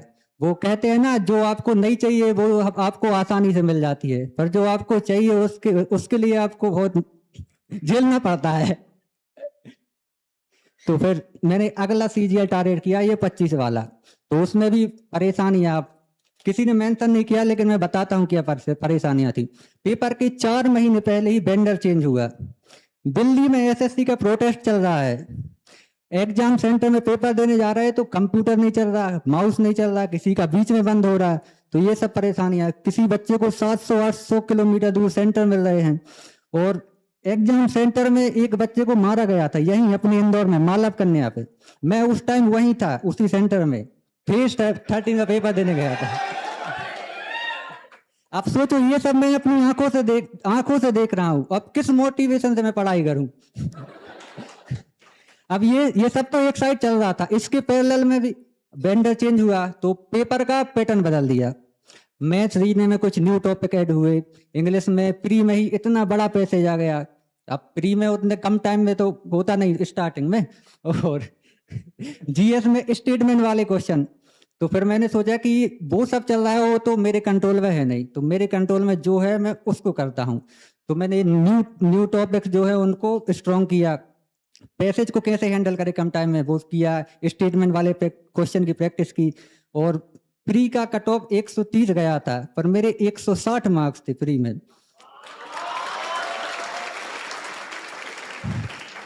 और फिर मेंस हुआ, रिजल्ट आया, लिस्ट में नाम आया, खुशियां आई, गोल कंप्लीट हुआ, फिर सेमिनार हुआ और मैं यहाँ आया।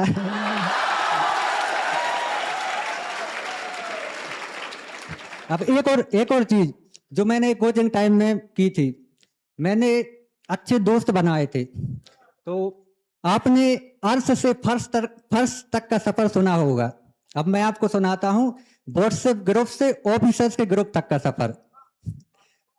तो हम लोगों ने एक व्हाट्सएप पे ग्रुप बनाया था, उसका नाम था डाउट सॉल्वर्स। उसमें से 3 लोग थे। अब तीनों लोगों ने साथ में पढ़ाई स्टार्ट की, एक ही बैच में थे, एक साथ सीजीएल निकला और अभी एक साथ ही हैं और एक इसी स्टेज पे हैं। तो क्या आप मिलना चाहोगे? तो meet miss Raksha Gupta and Bani Gupta.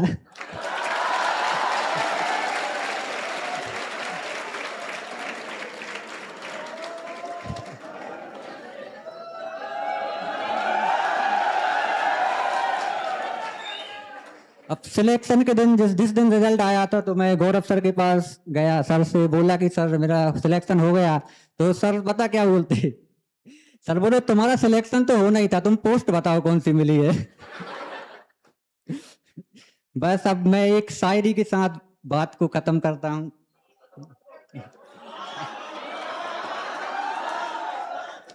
कि कहा है कि जिसने छोड़ दिया था पिछली साल की सर्दी में, कि जिसने छोड़ दिया था पिछली साल की सर्दी में, अब की बार उनसे कह देना कि इस बार तेरा यार आ रहा है वर्दी में।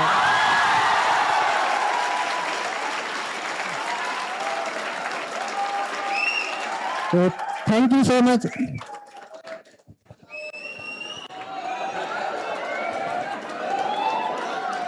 अब अनिकेत सिंह आप सबके साथ कुछ अपने एक्सपीरियंस साझा करना चाहेंगे। हेलो।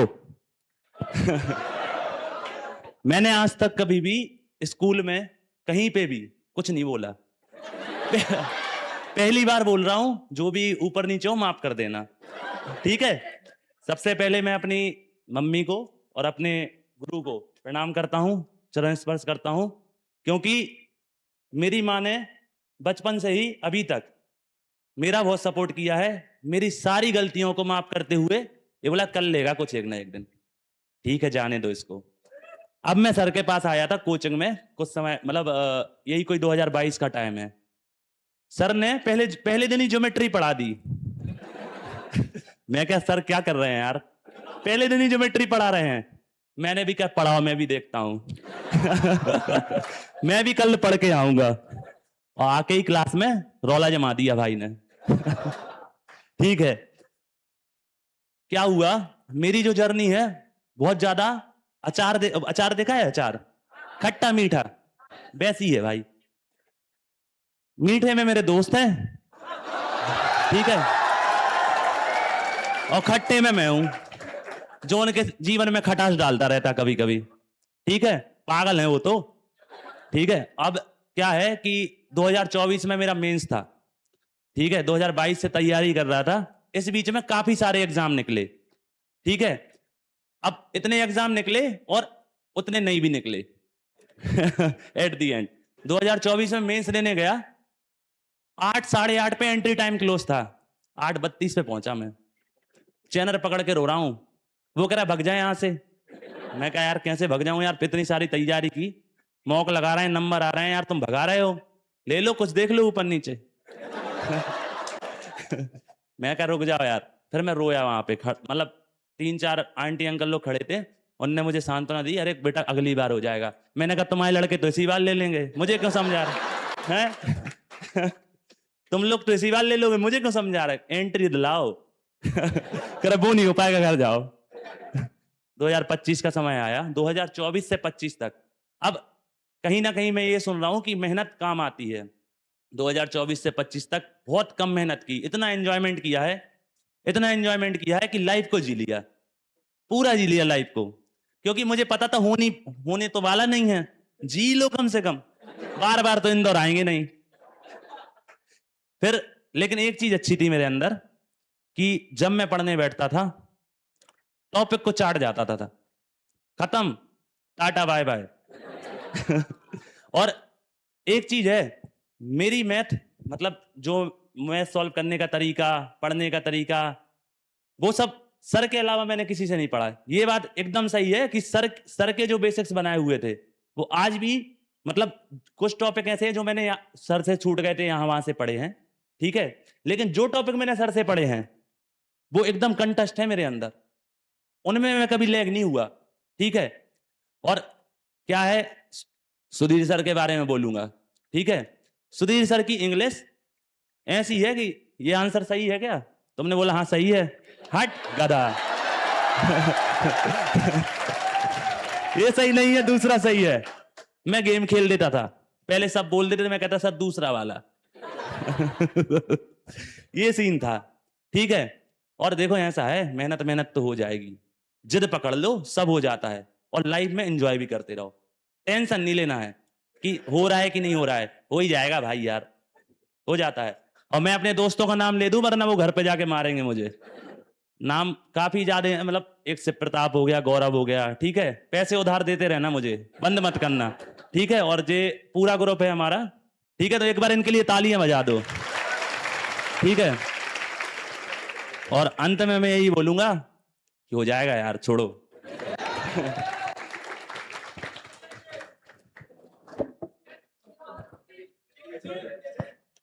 इन्हें देख के तो लगा ही नहीं कि अपने लाइफ की पहली स्पीच दे रहे थे।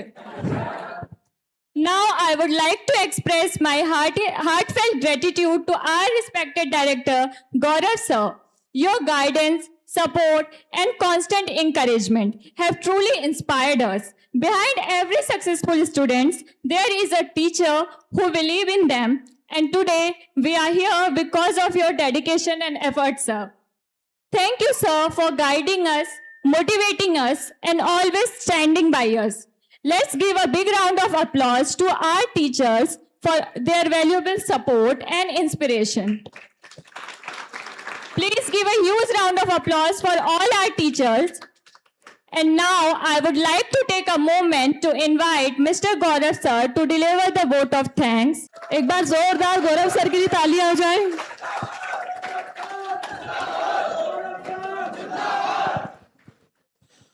गर्मी लग रही है, सीएमसी की कोई गलती नहीं है उसमें, ठीक है।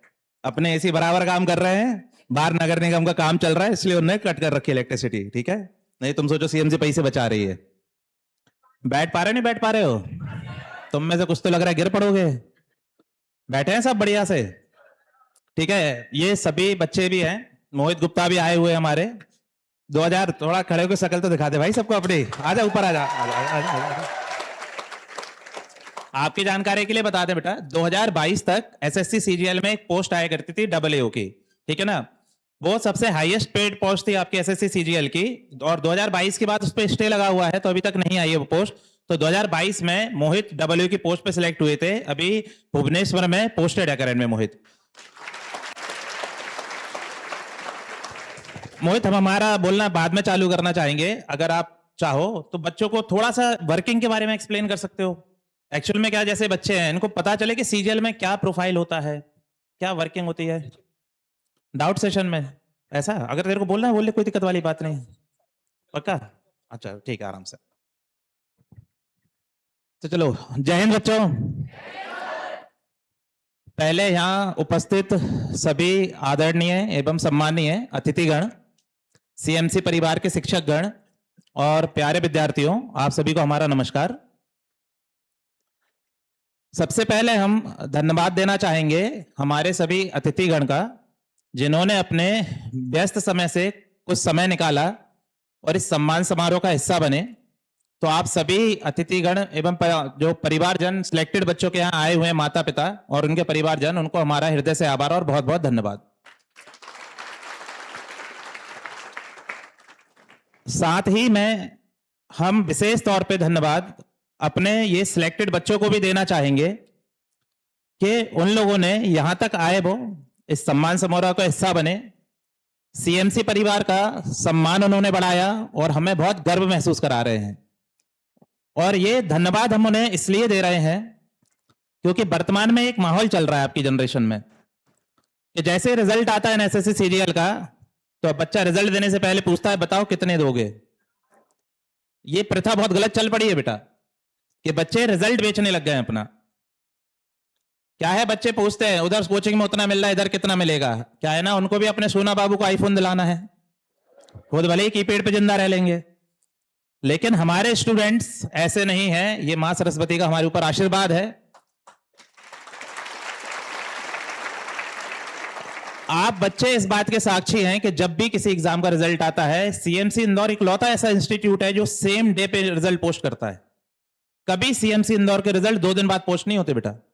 अब बाकी इंस्टीट्यूट्स में देखना, रिजल्ट पोस्ट होने में 2 से 3 दिन का समय लगता है, और वो मार्केट की थोड़ी अजीब चीजों की वजह से भी है। तो हम अपने बच्चों का भी धन्यवाद करेंगे कि उन्होंने अपनी ईमानदारी हमारे प्रति, हमारे संस्थान के प्रति बनाए रखी। आप सभी बच्चों का भी बहुत बहुत धन्यवाद बेटा।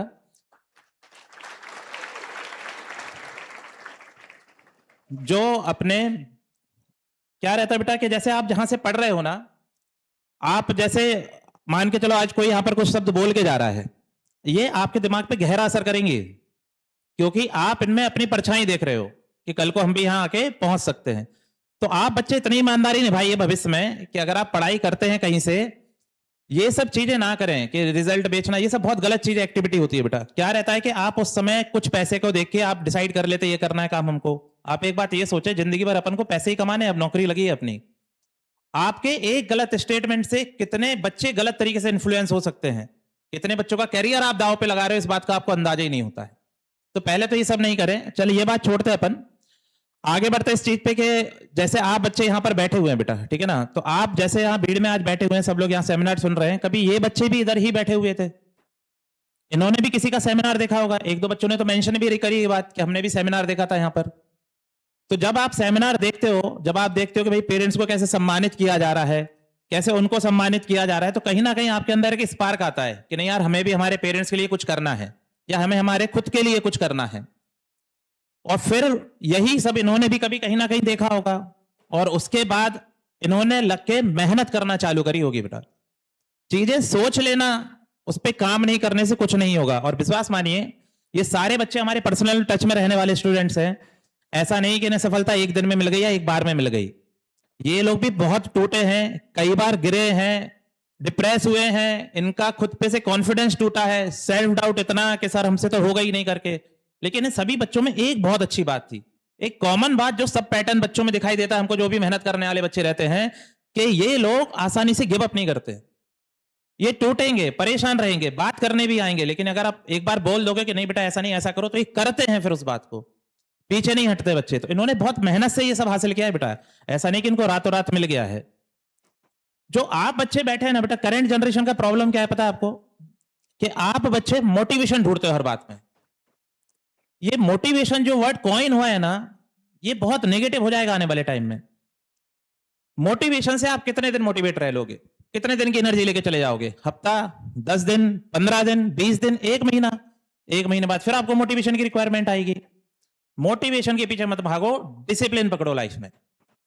अगर एक बार आप डिसिप्लिन पकड़ गए, तो वो डिसिप्लिन आपको सिर्फ ये कॉम्पिटेटिव एग्जाम में ग्रोथ नहीं दिलाएगा बेटा, आपको लाइफ टाइम सपोर्ट करेगा वो। क्योंकि डिसिप्लिन जितना बनाने में मुश्किल होता है, तोड़ने में उतना ही कठिन भी होता है वो। तो आप बच्चों को हमारा सजेशन ये है बेटा कि आप हमेशा लाइफ में मोटिवेशन छोड़ो बेटा, मोटिवेशन बहुत हो गया नाटक है। आप किस पे फोकस करो उठा के? डिसिप्लिन पे।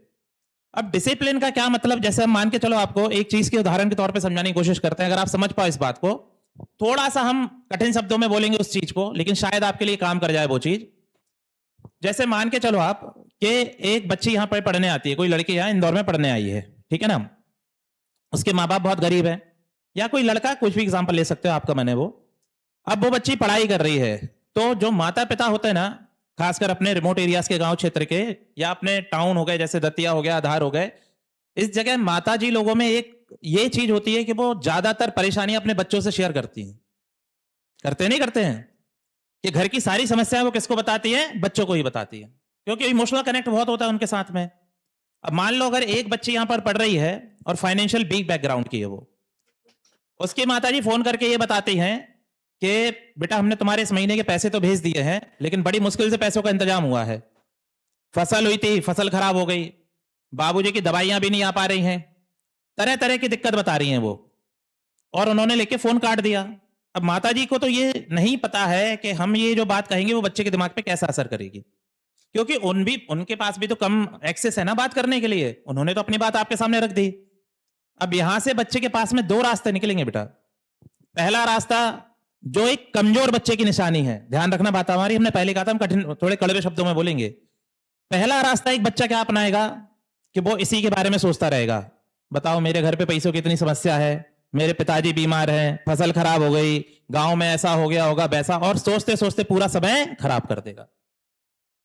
लेकिन अगर एक दूसरा बच्चा है जो डिसिप्लिन्ड है, वो सारी बातें सुनेगा, लेकिन उन बातों को सुन के दिल और दिमाग में बिठाएगा, और फिर वो ये तय करेगा यार कि आज मेरे को जो टाइम मिल रहा है, ये पैसा मेरे घर से कितनी मुश्किल से आ रहा है, वो उस समय को यूटिलाइज करेगा, पढ़ने बैठेगा, और दिलो दिमाग में एक बात ये बिठा लेगा कि यार आज जो दिन है वो तो होने दो, लेकिन आज मुझे इतनी मेहनत करनी है कि भविष्य में मेरे घर वालों को किसी के आगे हाथ ना फैलाना पड़े।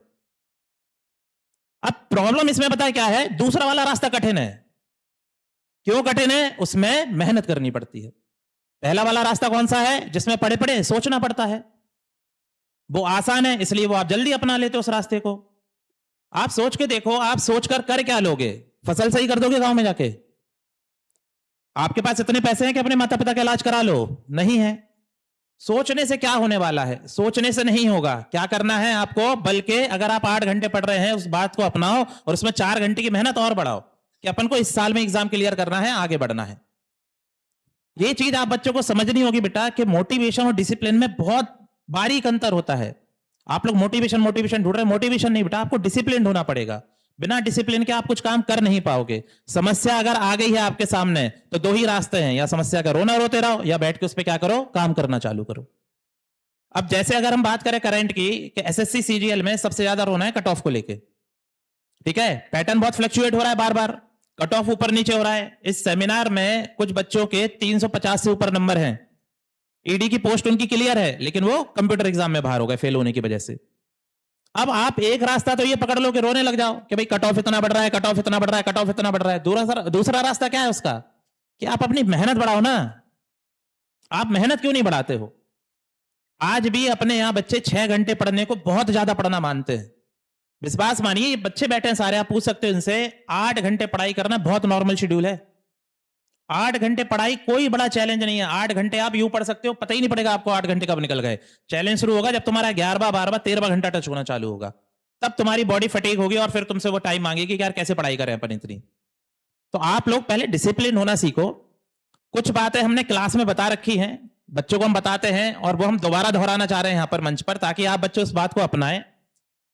कभी भी आप एक चीज नोटिस करना, जब अपने साथ कुछ गलत होता है तो अपन ये बोलते हैं कि हमारे साथ ही ऐसा क्यों हुआ, हमने तो किसी के साथ कुछ गलत किया ही नहीं।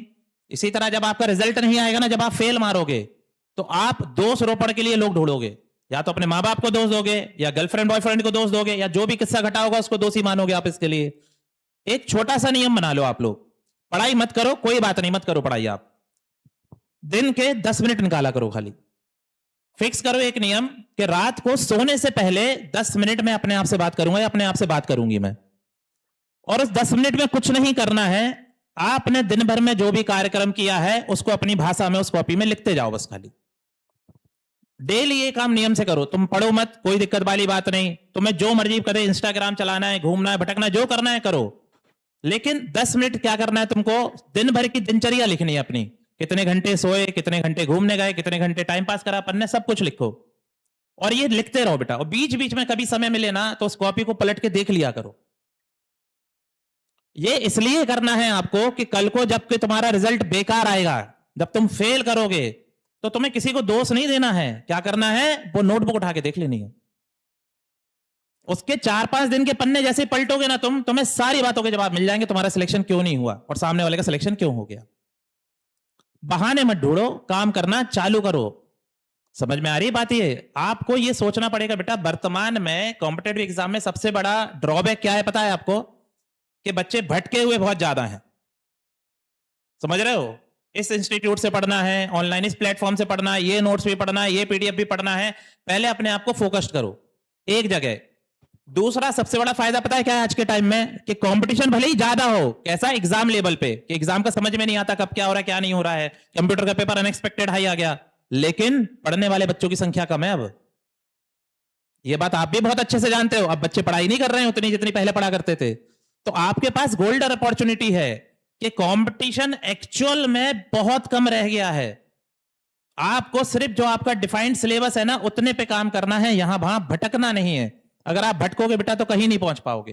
और वर्तमान में तो एसएससी में हम बता रहे हैं अपने अनुभव से, जिन बच्चों ने 2021 तक पेपर निकाला है उन बच्चों को जितना सिलेबस कवर करना पड़ता था 2022 के बाद बच्चों को उतना सिलेबस कवर नहीं करना पड़ता बेटा।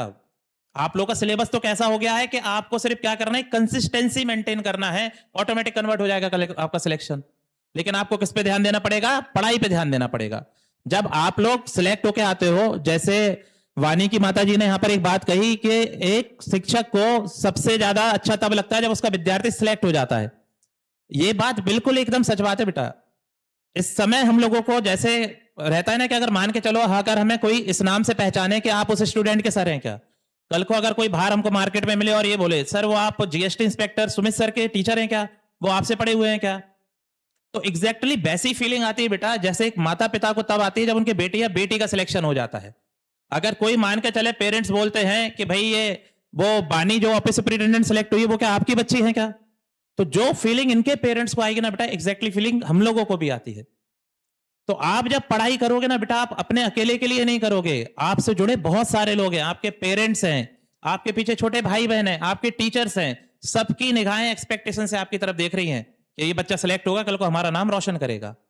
और आप लड़कियों को तो हम एक स्पेशल मैसेज देना चाहेंगे, बच्चे एक बात ध्यान रखना, आप माता पिताजी सब लोग बैठे हुए हैं, सर हमने पढ़ाना चालू करा था तो उस समय अगर क्लास में 50 बच्चे होते थे उसमें 2 लड़कियां होती थी मात्र। वहां से हमने पढ़ाना चालू करा है, माँ बाप बच्चियों को भेजते ही नहीं थे पढ़ने के लिए, साहब बाहर कल्चर ही नहीं था ये वाला, और 50 बच्चे बैठे तो 2 बच्चियां रहती थी। लेकिन आज आप देखो रेशियो ऑलमोस्ट सेम आने वाला 1-2 साल के बाद में।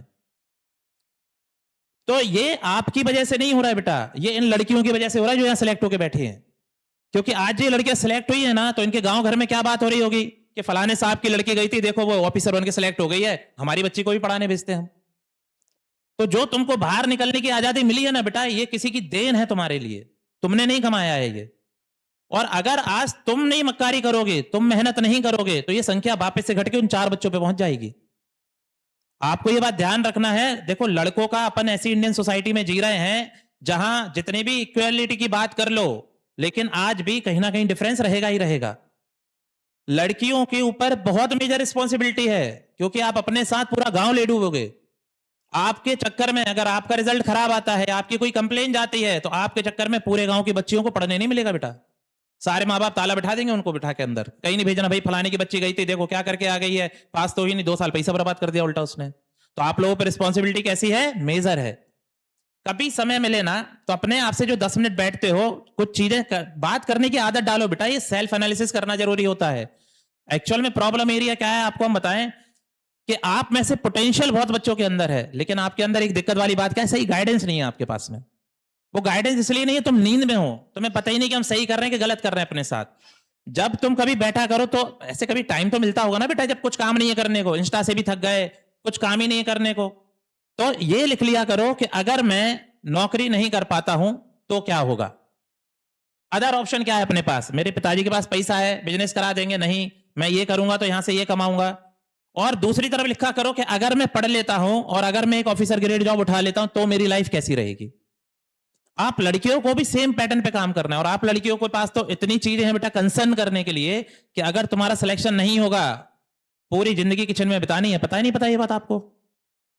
इतना पता है नहीं पता है? ये क्लियर कट मैसेज है बेटा अपनी सोसाइटी में। अपनी सोसाइटी डेवलप्ड नहीं है अभी पूरी तरह। जो डेवलप सोसाइटी है टियर 2 और टियर 3 आपके टियर 1 सिटीज हैं, जैसे इंदौर है, भोपाल है, यहां फिर भी लड़कियों को अदर जॉब्स के ऑप्शन मिल जाएंगे। लेकिन अगर तुम्हारी नौकरी नहीं निकलती है, तुमको पता है ना क्या काम करना है अपन को जाके, तो थोड़ा कंसर्न करो, चाहे आप लड़के हो चाहे लड़कियां हो। आपको ये समझना पड़ेगा बेटा कि अगर आज अपने कैरियर पे काम नहीं करा आपने तो आगे चल के बहुत समस्या जन्म लेने वाली है। और आप बच्चे कैसे हो, जरा सा बात करो एकदम सीरियस हो जाते हो। अभी देखो तुम्हारे चेहरे अजीब से हो गए सबके। हमने क्या बोला पहले? मोटिवेशन नहीं, किस पे काम करना है? डिसिप्लिन पे। आप बच्चों के चेहरे एनालिसिस करके, अब हम जो पीडीएफ देते हैं जो बच्चे मैथ्स की क्लास पढ़ रहे हैं एडवांस की, तो आप देखते हो कि एक हमने उस पर स्टेटमेंट लिखवा रखा है, ऊपर एक लाइन लिखवा रखी है, टैग लाइन।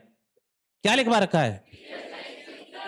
इसीलिए लिखवाया हमने कि सीरियस नहीं सिंसियर होना है। और आप बच्चे क्या करते हो? सीरियस हो जाते हो, क्योंकि सीरियस होना वे मोर इजी सिंसियर होने से। समझ में आ रही बात? क्योंकि सीरियस होने में क्या है, पढ़े रहो जॉम्बीज की तरह। समझ में आ रही बात? लेकिन सिंसियर होने का मतलब क्या है कि मौत आ रही है लेकिन पढ़ने बैठना है, मन नहीं लग रहा है लेकिन पढ़ने बैठना है, जो नियम तय करा है उसको फॉलो करना है।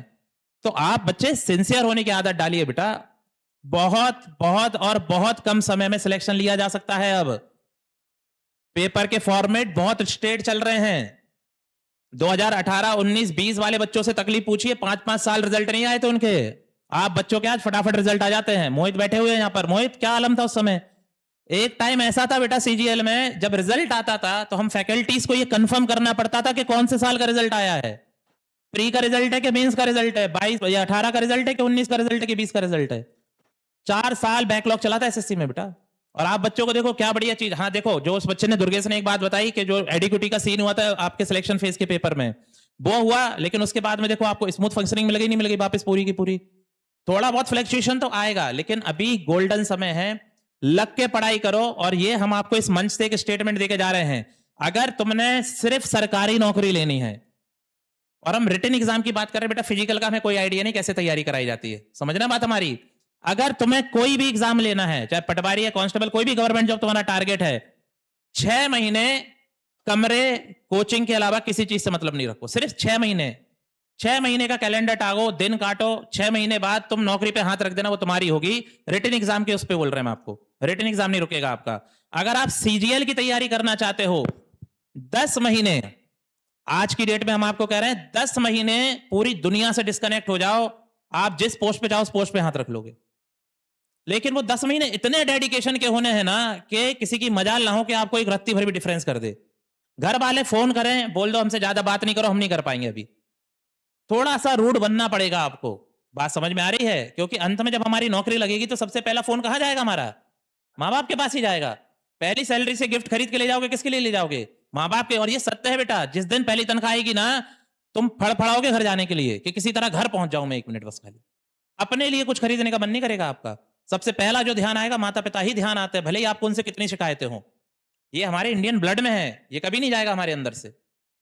तो अभी अगर अपन उनसे कम बात भी करें, अभी हम कम रिश्तेदारों से बात करें, नहीं किसी की शादी में जाएं, तुम किसी की शादी, अभी हम पढ़ा रहे हैं, शादियों का सीजन चल रहा है, बच्चों की स्ट्रेंथ 40% से कम हो गई है। मतलब तुम अगर किसी की शादी में नहीं जाओगे तो सामने वाला घोड़ी पे नहीं चढ़ेगा। क्या बच्चे हो, कमाल, टेंट कुर्सी लगाने पहुंच जाते हो।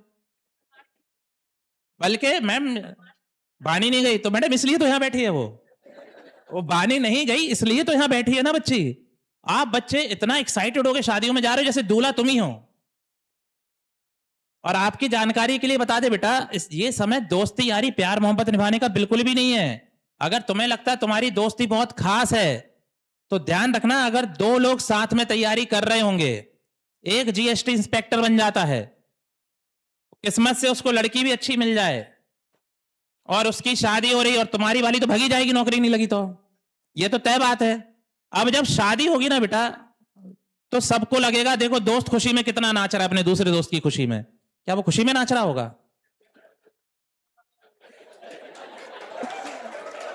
समझ रहे बात को? और शादी के बीच बीच में वो टेंट के पीछे जाएगा, फिर वापस आएगा, फिर डबल स्पीड से नाचेगा वो। तो आपको ये समझना पड़ेगा बेटा कि जिस सफर पे आप निकले हो ना, यहां सबसे पहली कंडीशन है सेल्फिश होना। ये बात जितनी जल्दी दिमाग में डाल लो उतना बेहतर है तुम्हारे लिए। अगर तुम उन बेवकूफ बच्चों में से हो ना कि भाई मेरे को चाय पीने जाना है, तू चल रहा है और तुम उठ के चल दिए उसके साथ, तुम कॉम्पिटेटिव एग्जाम की दुनिया में बिलोंग ही नहीं करते हो। चाय जिसको पीनी है उसको पीने दो ना यार, तुम क्यों जा रहे हो? तुम्हारे पेट में क्यों दर्द हो रहा है? समझदारी ये कहती है बेटा, अगर आप 4 दोस्त हो, अगर एक बच्चे को चाय पीने जाना है तो उसको जाने दो चाय पीने। तुम्हें बहुत मन कर रहा है भाई, तू पैक करा ला हमारे लिए। अगली बार दूसरा जाके यही काम कर लेगा, फिर तीसरा जाके ये काम कर लेगा। 4 नोट में काम बचाया आप लोगों ने। अगर 15-15 मिनट भी बचाए मैंने तो 1 घंटा बचा लिया। अब ये 1 घंटे की कीमत वही बच्चा समझेगा जो पढ़ाई को लेकर पूरी तरह डेडिकेटेड है। और सेल्फिश होने का मतलब ये नहीं कह रहे कि दोस्त को धक्का दे दो चलते चलते। सेल्फिश होने का मतलब मैं अपना नुकसान नहीं करूंगा। बात समझ में आ रही है? तो पढ़ाई करो बढ़िया से लग के। इस तरह आप भी सोचे बेटा, जैसे इन बच्चों ने सोचा होगा कि आपको नहीं लगता बेटा कि पेरेंट्स यहाँ आ रहे हैं, बच्चों को ग्रीट कर रहे हैं, पर उनका सम्मान कर रहे हैं। आपके पेरेंट डिजर्व नहीं करते सब? वो कैसे पैसा भेज रहे हैं इस बात का एहसास तो होगा ना आप लोगों को। लेकिन आप सारी चीजें यहाँ के भूल जाते हो। आप लड़कों के कपड़े पहनने का तरीका देखो। आपकी जानकारी के लिए बता दे बेटा, जब हम लोग तैयारी कर रहे थे हमारे टाइम पे, ये हमारा सच हमारे दोस्त भी जानते हैं। कभी मौका लगा हम आपको उनसे पूछवा भी देंगे ये चीजें। फर्क ही नहीं पड़ता था बगल में कौन बैठा है। आप लड़कों का पहनावा देखो, बहुत से गले में चेन पहन के घूम रहे हैं, बाल अजीब से रंगवा रखे हैं तुम लोगों ने। तुमको क्या लग रहा है तुम कॉलेज में आए हो? यहां उन्हीं बच्चों के लिए जगह है जो दुनिया से रिश्ता तोड़ के सिर्फ और सिर्फ अपनी पढ़ाई को ही अपनी दुनिया बना सकते हैं। और ये ज्यादा नहीं करना है, सिर्फ कितना करना है बेटा, 10 महीने। एक मार्क करो, 10 महीने का चैनल, आपका सब काम बढ़िया हो जाएगा, कोई दिक्कत नहीं होगी। और ध्यान रखना भाई, बात लास्ट में हम वही कहेंगे कि सीरियस नहीं, क्या होना है, सिंसियर होना है। आप सभी का आने के लिए बहुत बहुत धन्यवाद। जय हिंद बेटा। So without making any delays, let's begin the felicitation ceremony. Now I would like to request our respected Gaurav sir to kindly come forward for the felicitation ceremony. Now I invite Sumit Verma, selected as GST inspector, to come forward for the felicitation. Please give him a huge round of applause.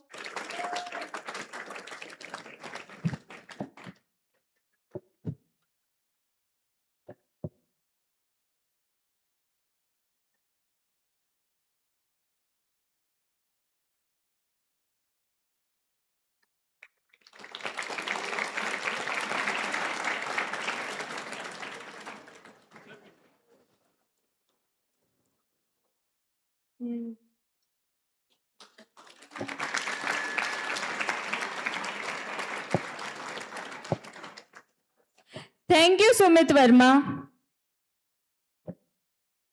Now I invite Mayank Shakarwar, selected as GST inspector, to join on stage for the felicitation. This moment really reflects the dedication and hard work behind his achievements. जोरदार तालियों से इनका स्वागत करें।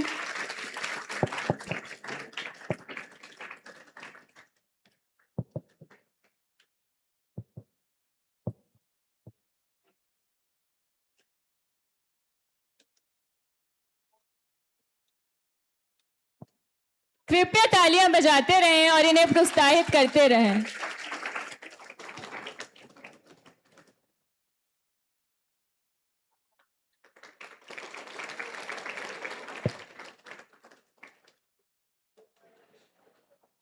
Thank you so much, Sumit Verma.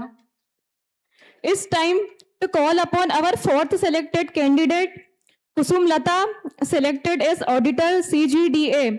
Please take a step forward to receive the honor. जोरदार तालियां हो जाए।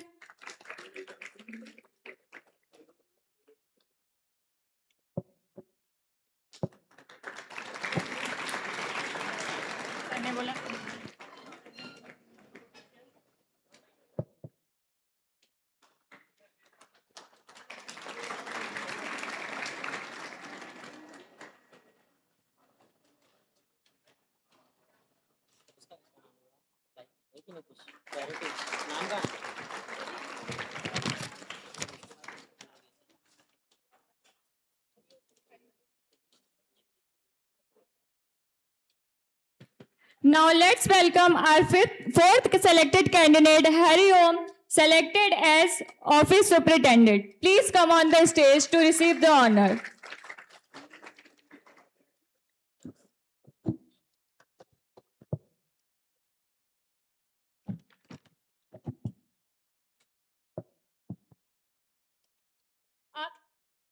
आपकी तालियां ही इनके मेहनत का सबसे बड़ा सम्मान है, तो दोस्तों तालियां रुकनी नहीं चाहिए।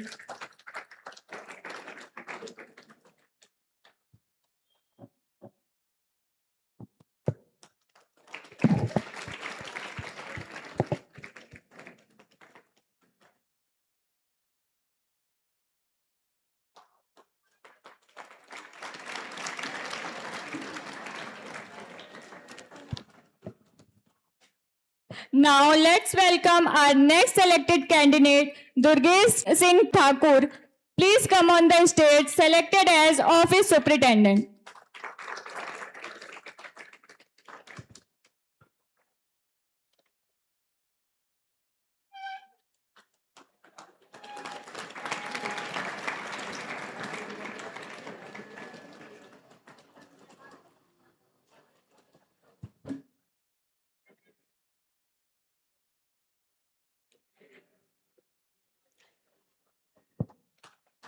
Come on, everyone.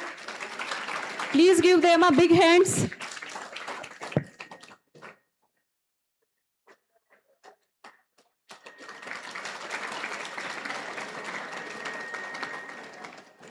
Now I would like to invite Avan Verma, selected as Office Superintendent. Please come forward to receive the honor.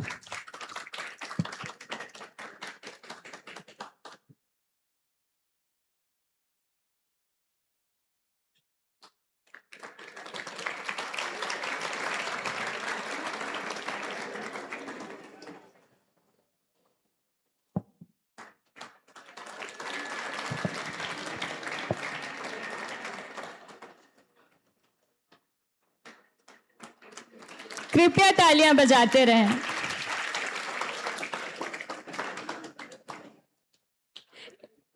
It's time to call upon our next selected candidate, Anshul Chaurasia, selected as Office Superintendent.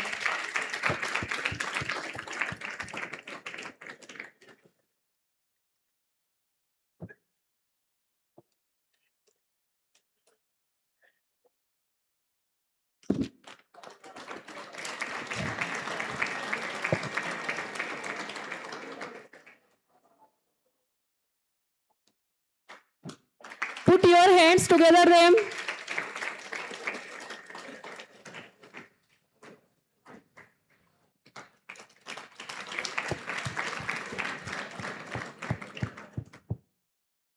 Now I invite Ayush Soni, selected as Office Superintendent, to receive the honor.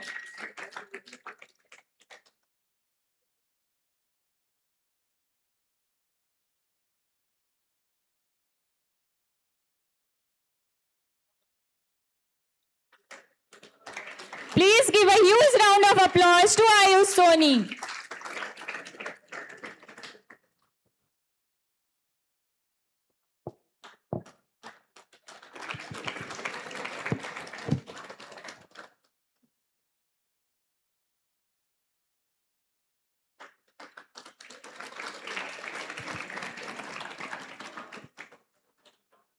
Let's welcome Rishabh Patidar, selected as Office Superintendent.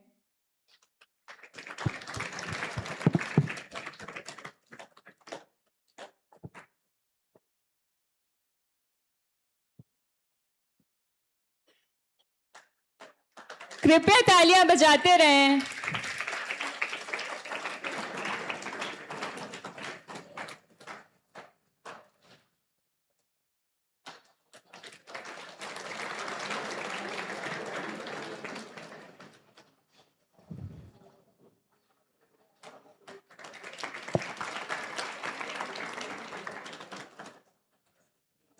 Now I invite Aniket Singh, who is also selected as Office Superintendent.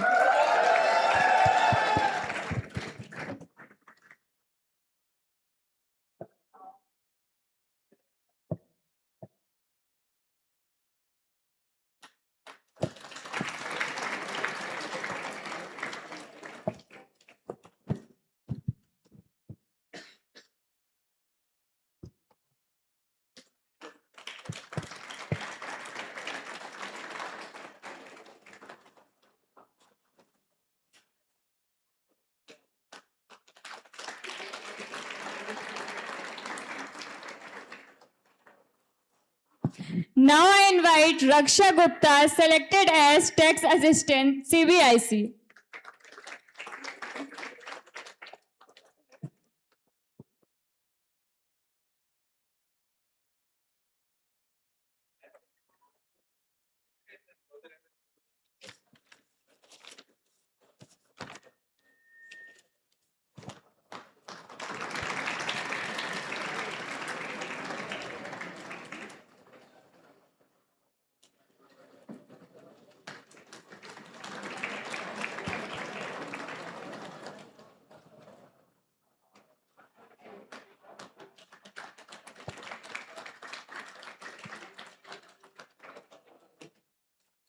Now I invite Vani, selected as office superintendent. Please give a huge round of applause.